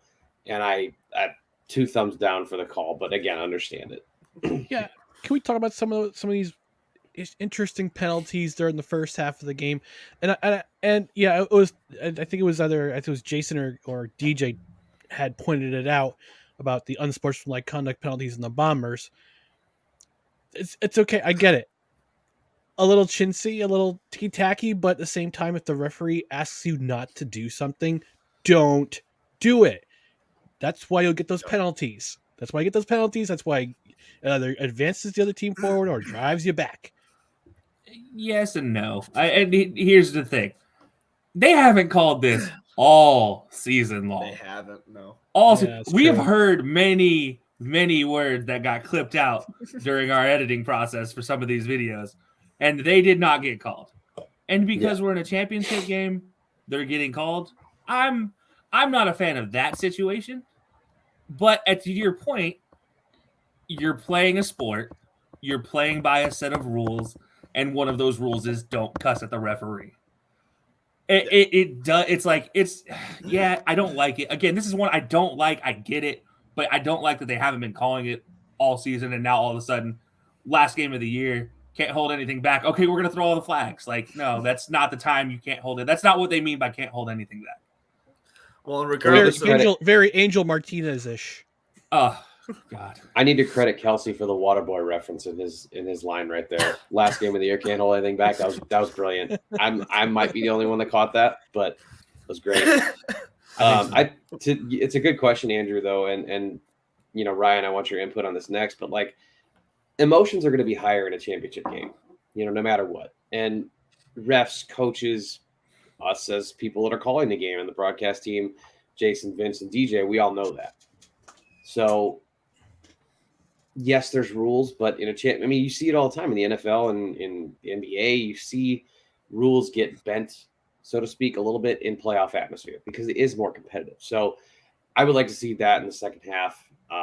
You know, do I think it had a huge effect on the game? Honestly, I personally don't. I think the Lumberjacks honestly just came out and smacked the Bombers around. Ryan, what do you think on that one? Go ahead. Yeah, during the first drive, I thought the Bombers looked pretty crisp. They looked well. They're well rested, but that fumble on the mishandle on the handoff, that killed them. That killed any momentum they would have had trying to get the first score. And what happens? Lumberjacks turn around, they score a touchdown. So the interception by Esther, that was a bad decision. That's a bad decision by the quarterback. And if you're a quarterback in any league, whether it be in the NFL, the CFL, the NLFA, if you're a quarterback, yeah, there's the interception. Here's what Esther making a bad decision. If you're getting caught, if you got nowhere to go, either run out of bounds or just throw it out of bounds. You just can't make those kind of mistakes especially in a championship game. Yeah, like, go ahead, Andrew. You haven't had movement. Go ahead. I was setting you up because, but just watching that replay there, I think there's something to be said about I hate calling individual players out, but that receiver there seemed to give up on the play the second he saw the ball go up. Now, granted, it was far away from him, but he didn't even try to go over and play defense. He knew that ball was coming nowhere near him. You know, he could have tried to run over there and try to maybe swat it down or something, but it was still a bad play by Esther. I still put that on Esther. I mean, to your point of the receiver, though, like the receiver's job in a scramble situation, one goes to the sideline, one comes back to the quarterback. Yeah. And you saw it right there. One went to the sideline, and the other guy just like, all right, I'm standing 20 yards away from you. I'm going to hang out here. And we talked about, I mentioned this with Esther earlier, once he starts trying to make Johnny Manziel like plays, especially going to his left, that ball flutters. And that's exactly what happened. He tried to step into it, and that ball just fluttered high and right. Yeah. Northeast, in that case, DJ, if you're listening, was a bad direction. Yeah, crossbody throws in that kind of situation can either be a blessing or it could backfire on you. And obviously that backfired on you.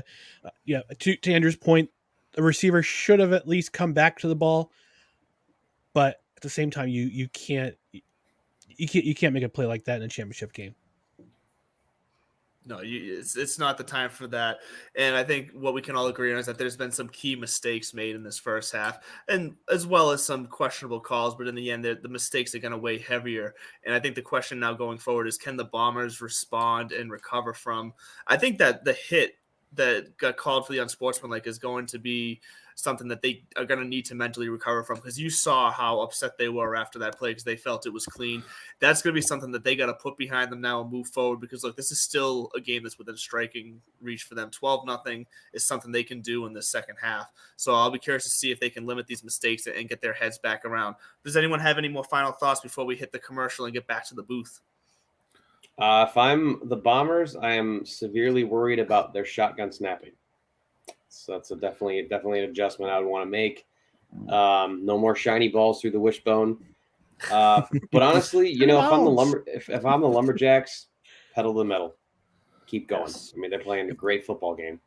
If I'm the Bombers, I'm putting an extra man on that offensive line. Make it four linemen. Maybe try to chip off the edge a little bit on the edge, and so they don't get to Esther, and Esther can't make those mistakes. Yeah, I mean, you guys hit both of the nails on the head. I will say, I mean, save the shiny ball through the wicket on June 2nd. That's when competition starts. But it's Look, it is what it is for the Bombers right now. You got hit in the mouth. What are you going to do in the second half and come out and respond? How are you going to respond? And look, they've been the team of the season up until this point. Let's be completely honest. They have been one of the best team from start to finish at this point in time. Lumberjacks made a great comeback of it, and the Lumberjacks are continuing their momentum. But can the Bombers in the second half just be like, all right, we are that team? And that's what I want to look forward to, the Bombers. I want to see them put it aside. You have 2 bookend tackles that are 280 pounds. Use them, and like what Ryan said, offset your line so you have both of them as your leading blockers. It'll work wonders. You'd be surprised exactly what can happen there. Well, I think you heard it all here. I think we know what we think should happen in the second half, and now we'll just see what comes to play. One more quick point. If I'm the Bombers, keep getting Dominic Pugh involved. Keep getting him involved. He may have had the fumble, but he's your most electrifying running back. That's what I'm saying. He needs the ball in his hand. Absolutely. Yes, he is. Hopefully both hands. Well, that's gonna do it for us in this app. That hospital nurse art.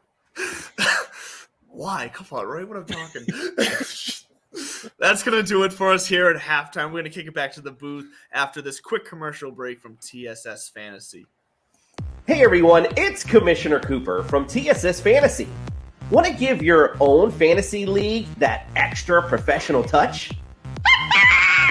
Say less, we got you. TSS was based off a show that we did on our own fantasy league. Night, sorry, and now possible play hole. You're on your way. Now we want to bring that professional, fun, and creative side to your fantasy league. And you can do it for as low as $5 extra per owner. Oh my. I will guarantee it will increase your interactions within the league, create more fun, friendly banter,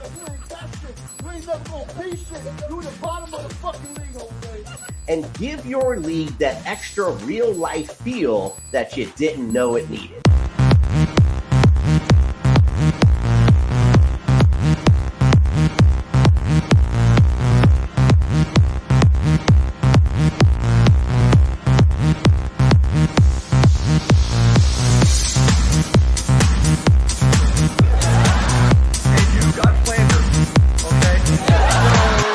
We look forward to interacting with you and your league soon. Don't forget TSSFantasy.com. Go visit it today. Get signed up. We are the fantasy show of the people.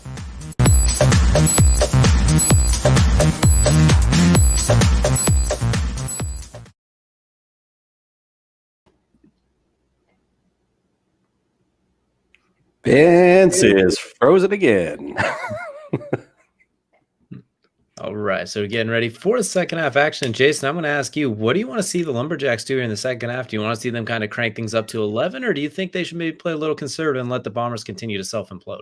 I mean, we talked about it earlier. You don't win by putting your foot off the gas, so to speak. It's time to go full bore. You talked about it right before the half. I definitely would bring it up now. Let's get Banks on a roll, start opening up. He looks like he is a man on a mission today. He's doing it with his legs. He's doing it in the air. So I would just let Banks take this game over and start throwing downfield. Absolutely. And if I'm the Bombers, I'm going to start trying to just get anything down the field, because right now the lateral run game is not working. I'm going to start at this point, you're falling apart. You had a miserable first half, but you're down by 2 scores. They can't even get 2-point conversions, and you had a big 3-play goal line stop. I'm going to start trying to take my shots at this point too. And Vince, we have you back, so I'm going to let you go and captain the ship or lead us on into the second half. Well, thank you, guys. Thanks for carrying the load. Sorry about that. Anytime we play a commercial, for whatever reason, I can't get back on for a second. But we're back now, and good to be back. Second half. Let's go ahead and get the game rolling right ahead there. And Derek Banks back to and immediately look into that run game and see him moving forward. And I'm curious to see if we're going to see more of that quick pass game to be kind of an addition to that run game here in the second half, where it's a safe throw, but it gets them some space and some opportunity and still keeps the ball moving forward. Yeah, Lumberjacks checked the DJ and Jason compass at the half and noticed it said north-south. That's what we do here. Run north. That's what they're doing. That's the smart thing to do. And let's pull forward. And again, The Bombers right now are reeling a little bit. Let's smack them in the mouth and get a score, really put them on their heels to start the second half. They're going to go 5 men on the line, try to give it to Chris Williams. He cuts back to the middle. Ball is loose. Bombers are on it. Are they going to call it a fumble, Vince? You think that is a fumble? Sure enough. Wow, big play for the Bombers. That's a huge play for the Bombers to start out. We just talked about the Lumberjacks getting a big score at the end of this drive, really putting the foot on the neck, of the Bombers. But a way to turn the things around here with the turnover, and let's see if that momentum can change things around for the Bombers. A clutch play. Field position as well, too. Yes, a clutch play, and good reminder, intheclutch.com, use code BellyUpFantasy, get 10% off your purchase, your first purchase there. Awesome website, awesome shirts, and licensed apparel for you. Esther, now back to pass, looking to the right side. There's a catch, and trying to avoid tacklers, not going down easily, reaching forward, and that's the second time we've seen Demyron Smith off the right side. That little play, and again, Jason, you talked about this. Go right with the strength of your quarterback, opposed to making him run and throw across his body. Yeah, I noticed actually he did roll to the right, but there doesn't seem to be confidence. There's a big difference between the ball he's delivering and the ball Banks delivering. That took like a minute to get there, where Banks would have rifled that right in. So, again, I don't know if it's the injury or just arm strength at this point, but a big difference right now. Looking to throw the ball again. Guy in his face. Flag flies. The pass incomplete as he's getting hit. Let's see what the flag is. There's not been a shortage of laundry on the field in this game. That's the way they like to keep the championship, full of laundry. AJ Esther holding out his hands saying, "What in the world, dude?" Not blaming his teammates. Not happy with the ref, though. And back. Jason, you might have a little bit of a Nostradamus in you, because this is the third time you mentioned something, and then right a second later the play happens as well too. You mentioned Esther and the arm strength, and right there we saw, even with the guy in his face, that one died about 10 yards short as well too. That could have been the defense, but it isn't. That's the second time you've done that. So if this continues, you're picking some lottery tickets for me. Yeah, I was gonna say it, but then I thought he might have got hit on that too, DJ. But I appreciate the boost in the confidence. Here we go. Dominic Pugh around to the right side. Whoa, what a tackle. Ball's loose. Looks like the official's pointing down. Looks like got him down and got an injured player, Lumberjack, down there as well. That was quite the hit. The referee is waving at you, Jason. Okay. Okay. I appreciate all the shout outs this year, Jason. I appreciate it. I don't see only thing I don't see Easy this week though. That's no Easy. I was looking for him as well. But we've been fortunate this season. Not a lot of major injuries have gone on. They had 1 week where there was a lot of heat issues. But outside of that, AJ Esther now talking to his tight end, Demyron Smith. He has 2 catches so far on the day. He'll be on lineup on the left side of the line now. Did you think he told him to roll right? He's going to say roll left, and Esther's going to run. We like to see Esther running. He gets slaughtered at the end of the play, but some positive yards, and Dimitri Casey with a huge hit, down, and Esther is down. You hate to see that. He does a fantastic job in open space, making a man miss, but unfortunately juking right into the huge hit from another defender, and he's going to be out for this big 4th down as well too. And that's the second time he's taken a big hit and had to leave the game. Hopefully he'll be able to come back and is healthy. Courtney Davis in at quarterback. He's going to hand it to Richardson, going up the right side, getting brought down immediately by Dimitri Casey again. And maybe I am Nostradamus. I did shout out Dimitri Casey as well earlier. So, hey, maybe I got something going here. First down for the Bombers, or is it 4th down now? It might be a case of the Maynard clock. I'm not sure. We appreciate all the hardworking people at Belly Up TV to put together graphics and different things. We apologize for any of them that are off, but here we go. We are continuing to move forward. Courtney Davis again at quarterback with Esther out with the injury. Davis takes the snap, bad snap over his head. Davis picks it up, and he is going to get brought down way back there behind the line. That is Byron Turner chasing down Davis, and that's not what you wanted if you're the Bombers. Well, that one's definitely not brought to you by Croquet because that one shot over his head like a cannon. That one might be brought to you by Shot Put if we ever cover that as well too, because that one was that was a laser beam right over the quarterback's head. And well, now the Lumberjacks not only are going to get the ball, but they're going to get it in fantastic field position on top of that as well too, at this rate. So we talked about earlier the differences between Bank and Esther, and I have to say there's been a couple of them so far tonight that almost went over Bank's head, but he's large and able to grab them because he's such a great athlete. So again, another advantage for the Lumberjacks we're starting to see play out. Even though again all the snaps aren't great, but at least Banks has been able to haul them in and make something out of it. Bombers still have the ball. So Corey Davis, I think originally there was a first down. So I think we're sitting at second down or so. Courtney Davis, takes the snap, dropping back to pass, throwing to the right. The first time we've seen him throw the football. Oh, and faster than the camera on that one. I think he kind of confused the camera guy. He had a little bit of hesitation there. I think Turned that into an unintentional pump fake.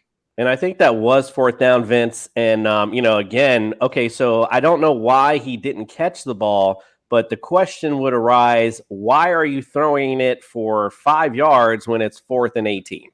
Yes. Very good question, Jason.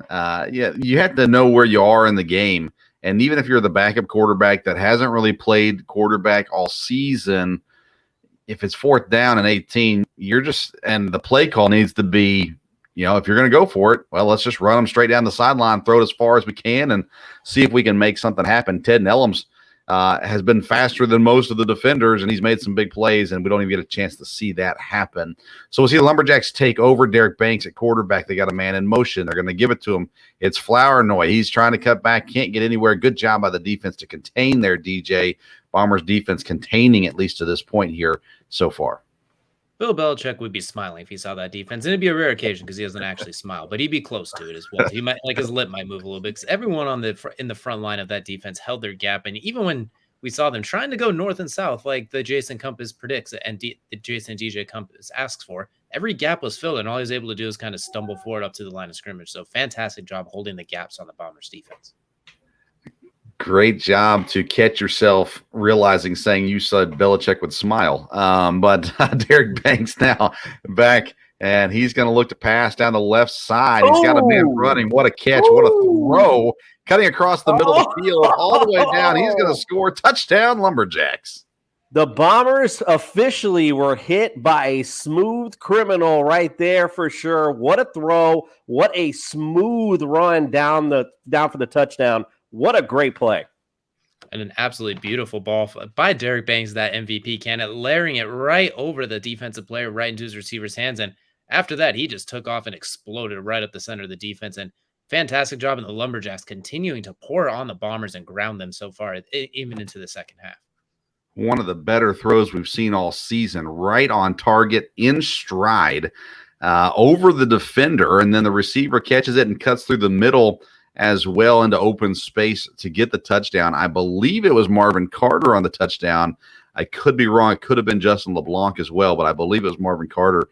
But that's another huge play. We've seen him take a couple shots down that left side. I don't know if they're picking on the corner over there or if that's just the pass that they like, but you see Marvin Carter going there to the left here again. Williams in the backfield. They got an extra blocker on the line. They're going to give it to Williams. He gets in. They finally get a conversion. First conversion completed of the day. Lumberjacks 20-0 here in the third quarter. And Jason, we've seen both of these teams. Me and you have called games so far this season. This is a surprise, even though the Lumberjacks had won one game earlier in the season, 22-2. This is a surprise to me in the championship game so far. Yeah, this is a surprise to me as well, but I'll just go back. I feel like we're going to go back to that first half when the Bombers, it was 6-0, and the Bombers stuffed the Lumberjacks on a 4th down call and then make a silly mistake, start that drive off 15 yards back.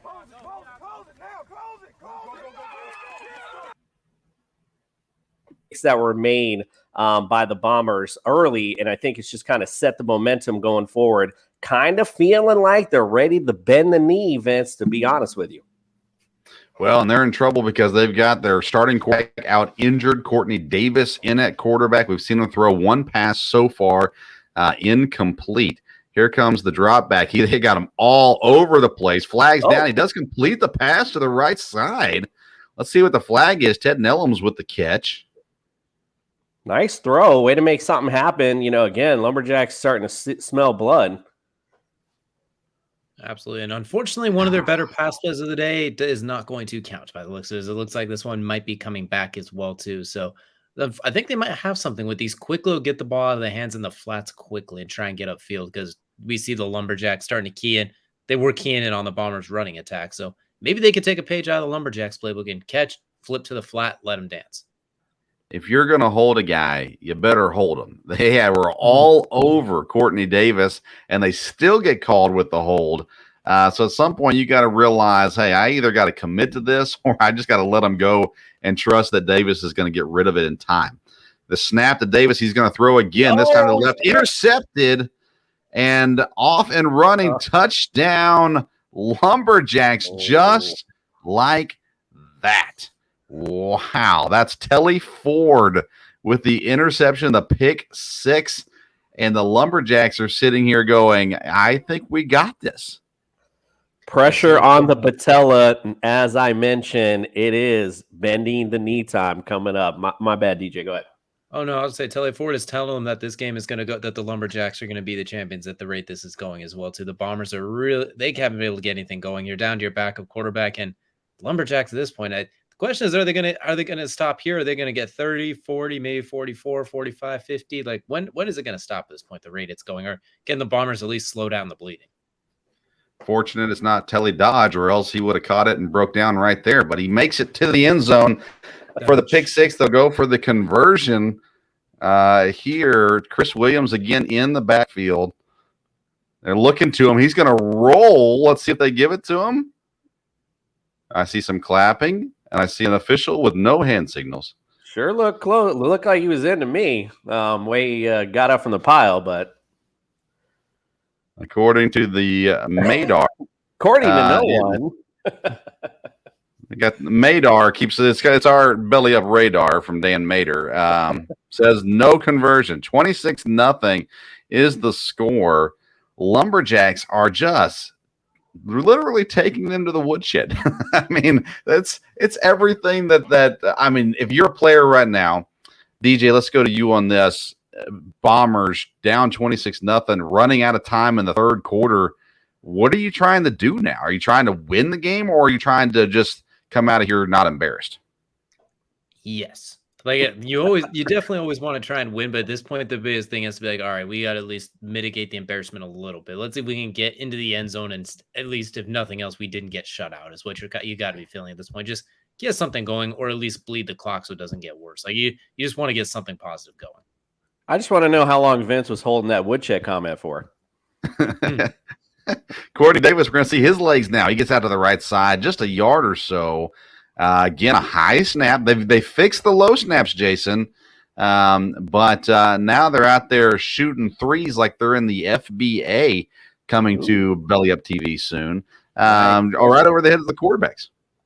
Yeah, nice segue. The Florida Basketball Association coming to Belly Up TV. We're excited for that. Yeah, again, we've talked about this, talked about it. The snaps. If you can't get that first thing off, the play's not going to go well. And it's either low, high, doesn't matter. Bombers are not in sync. The week off definitely hurt them. Courtney Davis. Not only did he have a week off, but he has not played quarterback at all this season. Whoa, what a play to Dominic Pugh. Maybe should have just kept it. Pugh changes the direction, and he gets stood up by the Lumberjack defense. I'm not sure it was worth it. DJ, why didn't Courtney just hang on to it and keep running to the right? Your guess is as good as mine. That play didn't have a shot, no matter whether it was Pugh or Courtney or whoever had the ball. That one, a weird snap. It looked like the quarterback rolled right. Everyone went left. That one, I think, just kind of blown up from the beginning as well, too. And the Bombers continuing to shoot themselves in the foot as well, too. No, not the kind of good pews they were looking for on that one as well, too. Those were pews into their own foot. Yeah, if you guys notice, there's nothing sharp on the Bombers line. Everything's just a little not in sync, a little sloppy. Whereas you see, Banks is choom, choom, choom all day. MVP candidate showing he should be MVP of the league. The gentleman in the truck with a great point. It looked like when you're playing Madden and you hit the wrong button, hit the pitch button, and all of a sudden it goes all the way across the field. Well, we are at the end of the third quarter. Lumberjacks lead 26-0 in the NLFA Championship on Belly Up TV. We're going to take a quick break. We'll be right back with the fourth quarter after this commercial break. Hey, everybody, it's Vince with the Sports Stove Podcast, inviting you to join us every Monday, Wednesday, and Friday on Belly Up TV, 7 a.m. and 2 p.m. as well. The Sports Stove Podcast is a traditional sports talk show talking about professional and collegiate sports. We've got great guests. We've had Division I head football coaches like Walt Wells from Eastern Kentucky, Tom Allen from Indiana. We've had an athletic director. We've had a conference president, professional athletes, UFC fighters, the whole gamut, along with media personalities from around the world. So we encourage you to tune in. Of course, you can always get the audio wherever you get your podcast for the Sports Stove Podcast. But tune in every Monday, Wednesday, and Friday and see what's cooking on the Sports Stove Podcast.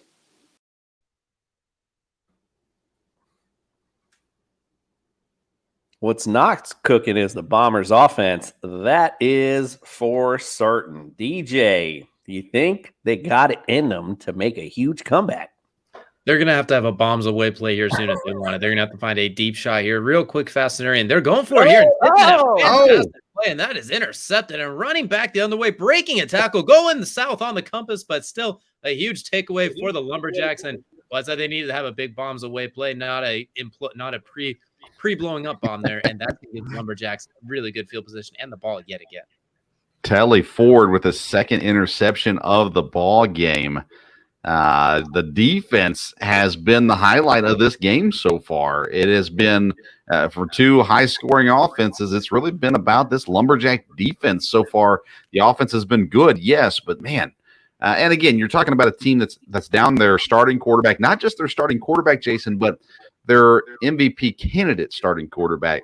You know that's going to play a role, but they're already down 26-0. Oh, yeah. I mean, it's a huge role. Like I said, I think the momentum really shifted it right there at the end of the first half.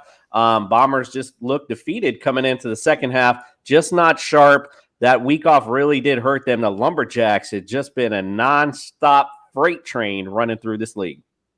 Chris Williams up the middle, a couple yards there. I had the opportunity to talk with Indiana head football coach Tom Allen earlier today and kind of talking about that. How do you handle adversity? Because last year they went from coming off this huge season to all of a sudden an only 2-win season. And right now, if you're Coach Witherspoon, you got to figure out some adversity ways to overcome here in this fourth quarter. And DJ again getting back to that.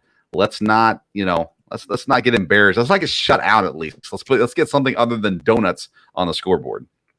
Absolutely. Sometimes it's just a little bit of a matter of pride thing as well, too. I mean, nothing's going to make it better, but at least you could just hurt a little bit less as well. As a rarity, there's Derek Banks, a one-hopping one there as well, too. A very rare sight. He's been on point today. That pass almost looked like it was backwards. It does. Did, Vince. I was a little questioning that myself. Why is that not a live football right now? I'm a little surprised they called that incomplete and not a fumble. Yeah, I'm surprised as well. And I mean, yeah, it's interesting because the defense did a great job, picked it up, took off running, figured, hey, let's take a shot here. And the officials, they'll blow it dead. Third down, about 6 to go. They could have just gave him one. Right, why not? Devontae West in the backfield. Throws a nice block for him. That ball is thrown out to the left side. Is that intercepted? It is flagged down, though. Let's see what happens. It's like we do got a host of laundry so today. Like they were dancing with each other a little bit down there. So it'd be interesting to see who they call this on. I would have just had that a no call. Looked like they're both on each other. And looking looks for like the calls. They're taking the ball. No, go ahead. All right, looks like the Bombers offense does come onto the field. They're marching it back. So I'm assuming there was a penalty on the Lumberjacks after the interception. He is pointing towards the Lumberjacks. So it'll be first down and 10 for the Bombers. Finally a break for them for the positive. They get the interception, and now they get the penalty as well, so they get a little help on the field position as well. Well, they may be a little too late, but they at least get a little bit of something to get this offense sparked up. Again, not much time left, but they're going to have to take shots downfield and get quick scores if they expect to get any type of momentum, get this ball game going. Courtney Davis coming off an interception. Dropping back, looking to go quickly to the left. He hits his man, trying to make plays happen. Ball is loose, and off goes the Lumberjack defense again. Touchdown, Lumberjacks. A second defensive score of the game for the Lumberjacks, and it is officially Andy Sire ugly in this game. Well, Jason, you asked for a quick score. You didn't say who had to do it quickly, though. I mean, you got a 7-second score there, but once again, another huge mistake hurting the Bombers, and the Lumberjacks starting to pour it on at this point. Yeah, it's starting to get ugly up in here. I think that they, the absence of AJ really kind of hurt the Bombers. They're already kind of reeling from the refs a little earlier. You could see it in their body, in their body language. So, again, there's not much else left to do here for the Bombers, but again, bend the knee, pressure on the patella. 32-0. Eric Banks now brings the offense up for the conversion. He's got two backs in the backfield, including Byron Turner, who usually plays right tackle for them. Snap. They're going to give it to Turner. He's going to try to run it straight up the middle, but a good job. Still showing some effort on defense for the Bombers. Hold them so they do not get the conversion.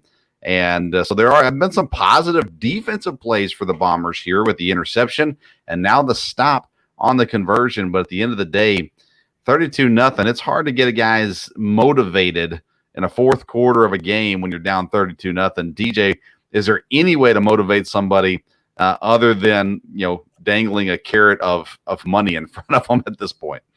Well, with the way the Bombers' defenses are playing, I feel like you just need to find a way to spot the Lumberjacks the ball inside the 5, because their goal line and 2-point conversion defense has been really good, including that stop before the end of the half and a lot of these 2-point conversions. The problem is everything else in the Lumberjacks are scoring from well beyond that point as well, too. So maybe they could just give the Lumberjacks the ball inside the 5 to start every drive. They might have had a chance to work their way back into it. Well, we'll pass that along, and maybe they'll do it. All right, here we go. Look at the offensive lineman with some fun hand motions. All right, here we go. Courtney Davis back at quarterback. Going to run to the right. Now he's going to throw it to Pugh, who makes the catch. I don't think they got any yards on that play. Davis maybe a little dangerous there because he was going to get tackled. He thought, I'm going to get rid of it, but instead of throwing it away, he throws it to his running back, Dominique Pugh, who makes the catch for little to 0 yards. Yeah, it didn't look like that play was set up with much success, to be quite frank. A lot of Lumberjacks, very little Bombers around the area. So not a very successful one, that one. I wonder if the Bombers would consider other quarterbacks at this point. They've got several on the roster, but it's the 6', 155, 3-year vet. He's been around on this team now for a while. Courtney Davis in for A.J. Esther. And the defense all over him here. He's looking to throw this one on, and he gets it out again, completed and brought down after a short gain there. I mean, it's a good throw, good catch, but Vince, we got to get upfield. I mean, what are we doing here? You might as well just take your shots at this point and have some fun. You're about to close out the season. Throw everything out in the kitchen sink that you got. Throw it downfield a little bit and have some fun while we're here. 100%. This is when you pull out all your trick plays. Anything that's like you said, let's have some fun. Do something with it here. Playing conservative down 32-0, it's not going to help you at all. If you throw another interception, it really doesn't change the outcome of the game at this point. So take some shots. And poor Ted Nellums, he's had some huge games this season, been a dynamic receiver for this team, and really has had very little opportunity so far in this game.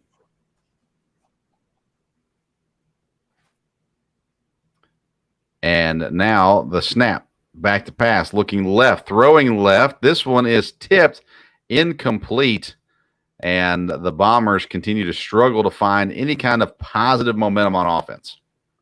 Luckily, that one was a little bit inaccurate for everybody because it was a lot closer to the defensive back than it was to his receiver. Just sailed a little bit over him. But they got to keep taking those shots. They got to at least see if maybe worst case scenario, you arm punt it back to them down the field as well, too, because you're not going to get anything back in the game, not going to get that little sense of pride or anything like that throwing a 3-yard out route at this point. You needed those out routes in the first half when you're trying to get the offense going and maintain drives.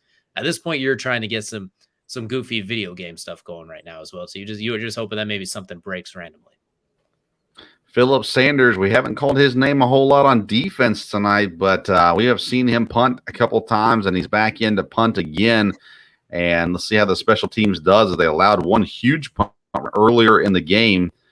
This one back and caught, coming up to the left now, trying to get out of the grass. They cannot. Good tackle, good job by the coverage team there for the Bombers.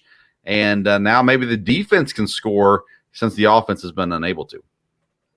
Vince, we're at the time of the game where my Howard Cosell impersonation is here because we have nothing else better to do. Ladies and gentlemen, what we've seen tonight is absolutely disgusting. The Bombers did not even show up to this game today. It is quite embarrassing, I have to say. What do you say, my friend DJ? Do you think the Bombers embarrassed themselves here? What do you think?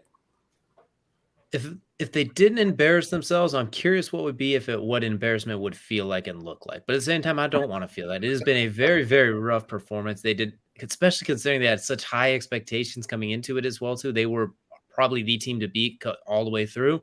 And then to get completely smacked 32-0 here as well, too. That's going to be hard to overcome as well, too.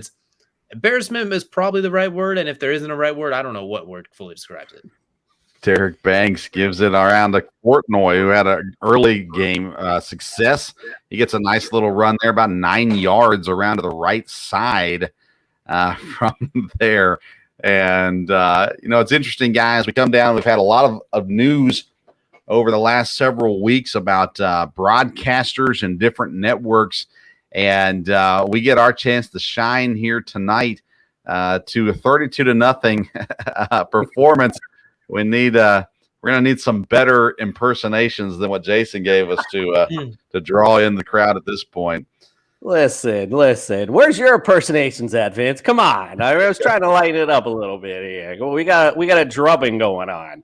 Like yours, all my impersonations, the demographic we're trying to reach, it was too young for any of those impersonations. Oh!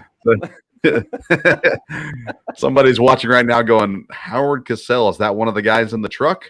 They're trying to figure out who that might be. A flag is down on the play. And the referees are, the nice thing here about the referees taking a long time is that the clock runs in 9-man NLFA football.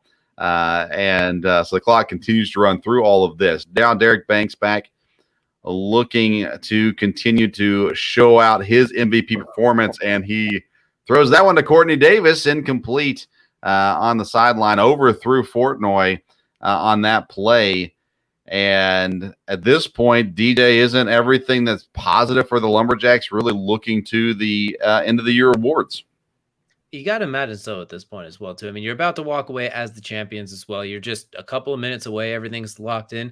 But my question for both of you guys and just general is, did they already kind of vote on those awards? Are they already locked in, or is there still open voting? Because if there is, I think Derek Banks might have locked himself up the league MVP with this performance here today, and the AJ Esther getting hurt, not playing his best today either. We did our voting prior. I'm not sure if the league was done, but real quick, I just want to go before we go on. I wanted to point this out. Guys, this is 2 of them now. What is so egregious that we are calling penalties in a 32-0 game with 2 minutes left? I'm just curious what could be. Oh, okay. Was that the end? Maybe. I'm not sure. That's the ball game. There you see it. Final score 32-0 as the Lumberjacks and the Bombers decide to call it a game here. with time to spare in this game. And I'll tell you, I think we've kind of covered it here recently, but we'll cover it again. DJ, we'll start with you. This game did not turn out the way we thought it was going to turn out, and at least not the way I thought it was going to turn out. But at the end of the day, what we see is a Lumberjack team really come out and play some really good football tonight. We saw what was arguably the best team take on what was almost undoubtedly the hotter team, is the Lumberjacks that came in here basically like the Human Torch. They came flying in here as well, too, the way they went on a run down the season. And the Bombers, while they've been the best team arguably throughout the whole year, I think having that time off and kind of a slower back end of the year kind of really hurt them as well, too. And we kind of mentioned it. The playoff jitters, even in NLFA 9-man football, there's still some playoff jitters when you know one and done. The Lumberjacks got to knock all that out of the way last week, going against a game Roughnecks team, where the Bombers, they basically had to sit, wait, and your first game is for all the marbles. You didn't have a chance to knock any of the kinks out. So I think we kind of got to see what happens when extremely hot and extremely good meet under circumstances that favor the extremely hot. Jason, does any excuse make it feel better for the Bombers? No excuse. Nothing like that. You can't just wash that one away. A close game, I could have made this play here. I could have made this play, or blame a flag, blame something, circumstances outside of something you can't control. But that kind of beat down, there is nothing that you can really hold your hat on, so to speak. So, yeah, Lumberjacks, we've had a great season. You mentioned it, DJ, because we talked about it, prior to the game. If, the Lumberjacks were the hot team, they played a tough game last week. You talked about playoff jitters. They were in a scrum last week for their playoff lives, got through it. And I mean, here we are, the Bombers all rested and ready and just got a psycho beta beat down, period, point blank. So great season for the NLFA, but it was a bad way to end it. Didn't want to see the championship end that way, especially as we had such a good game last week. Lumberjacks end the year on a 6-game winning streak, including the playoffs and championship, and able to overtake the Bombers. Again, they had played 2 times earlier in the season. Week 1, the Bombers won that matchup 34-8. In week 4, the Lumberjacks answered 22-2. And so game 3 against these teams, it was decided the Lumberjacks, not only the best in this series, the best in the entire league. Gentlemen, it's been a blast. We're going to send you back to the booth and the generic artwork on behind the scene. I'm Vince Stover, joined by Jason Cooper and DJ Stewart. Thank you for tuning in. We'll send you back into the studio now for the wrap-up of the NLFA season.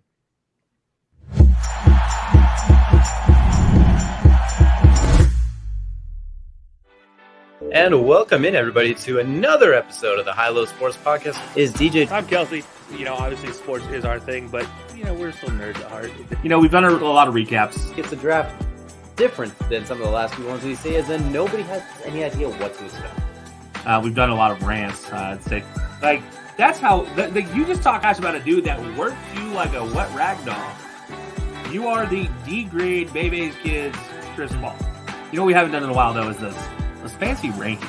Number 3 is a guy who is not a traffic cone by any means, and he's a guy that he looks like he might be making first team all defense here within the next few years.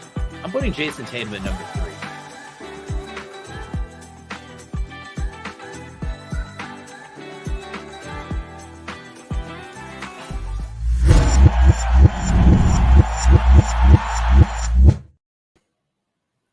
And welcome back after what was a pretty unexpected, I would say, completion of the championship game in the NLFA season, as the Lumberjacks take down the Bombers in a crisp 40-0 was the final score. If I got that right, it was 32. I missaw it there at the end. And Kelsey's muted as he tries. 32-0. Dang it! I was going to correct you. I was so ready to correct you and everything, and I just yeah, I was premature celebration. This is what it was. Premature celebration, but the confetti's fall and the season's over. The Lumberjacks are celebrating. Look, this game was pretty quick over pretty early on in the second half here. I know the Bombers got an early turnover. We thought maybe they get some life, but the Lumberjacks just put the foot on the neck and really ended it. The injury to AJ Esther was definitely huge. What did you see as the main downfall for the Bombers in the second half? The Lumberjacks defense. Yeah. I mean, Lumberjacks defense. I'm going to say AJ Ester's injury was the nail in the coffin. But to be completely honest, it wasn't like they were doing much before that. I mean, he did what he could, but he, like when you're one man playing a nine aside, you're probably not walking out with a W. Save it for basketball where one man can save a team, but not in football. Yeah, it definitely felt like the Bombers just did not show up as one unit today. This seemed to be a lot of just emotions, frustration, and just not a lot of team mentality in the way they played. So the Lumberjacks, all the credit to them for taking advantage and showing up ready to go as a one unit team. So they deserve this championship for sure. And Ryan, there was a lot of talk on the broadcast about the MVP in the second half there, and it seems pretty clear now. If the voting hadn't already been finalized, it's got to be AJ Banks here with for the MVP, correct? I would say Telly Ford was certainly for the game MVP. I would say Telly Ford is certainly certainly one candidate. Banks is another candidate for sure. But for my money, it's going to be Telly Ford. That interception, the pick six to basically seal a deal for the championship, and also another interception to kill a drive that the Bombers were having. So Telly Ford is AJ Banks. Yeah. Derek Banks Jr. Excuse me. I mixed the no, that was me who said AJ. It was me who said AJ Banks. I blended the two quarterbacks' names. And to clarify, I was talking about the season MVP, so because I don't disagree with you that Telly Ford is a fantastic choice for MVP of this game. But league MVP is Derek Banks Jr. for sure. He showed why he was the one of the top candidates for MVP of the league this year. In this game, for sure, I think he definitely cemented his name. He put his name on the plaque for league MVP for 2022 in this game. Yeah, I don't think there's any doubt. I mean, like this was just as a person who was carrying the AJ Esser bandwagon for it felt like a couple weeks there. You know what? I can't even. I'm sorry. Like what Derek Banks Jr. did is just not just this game, not just last week. I mean, like what he's done to get this Lumberjacks team to the playoffs in the proper seeding and lead them to a championship game. I mean, he has been fantastic. And I'd actually also for player of the game, I do also want to throw Dimitri Casey out there. Obviously a guy who had a great first half when the game was actually semi-close. He didn't get. I'm a big proponent of non-garbage time stats. So like when you're up like 24, you're just kind of hucking it up and you get a couple picks. I don't know if I weigh those as well as what Dimitri Casey was doing in the first half, but honestly, can't take anything away from either one of them. Any one of the guys that we've just talked about had a fantastic game, not just today, but really all season. You got to give these guys some credit. But yeah, I do think Derek Banks Jr. just solidified beyond a shadow of the doubt that he is an MVP for this league. And you said he and the Lumberjacks did it all year to get them to this point to raise this trophy. And speaking of the year, it has been a fun first year for us as Belly Up covering this league. It's been an honor. It's been a ton of fun. Hard fought football all season, and now we come to the end of the season here in a very fitting way here with the Lumberjacks ending up on top. Do you guys have any last words before we sign off for the season here on the NLFA?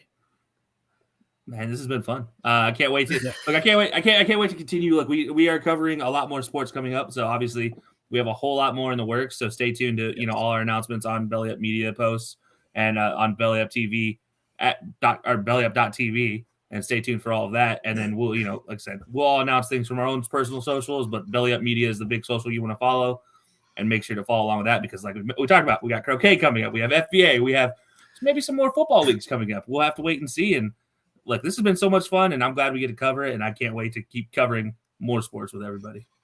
Yeah, I'm just going to echo what Kelsey said it best. I'm just going to echo what he said. I had a lot of fun covering NLFA for this spring.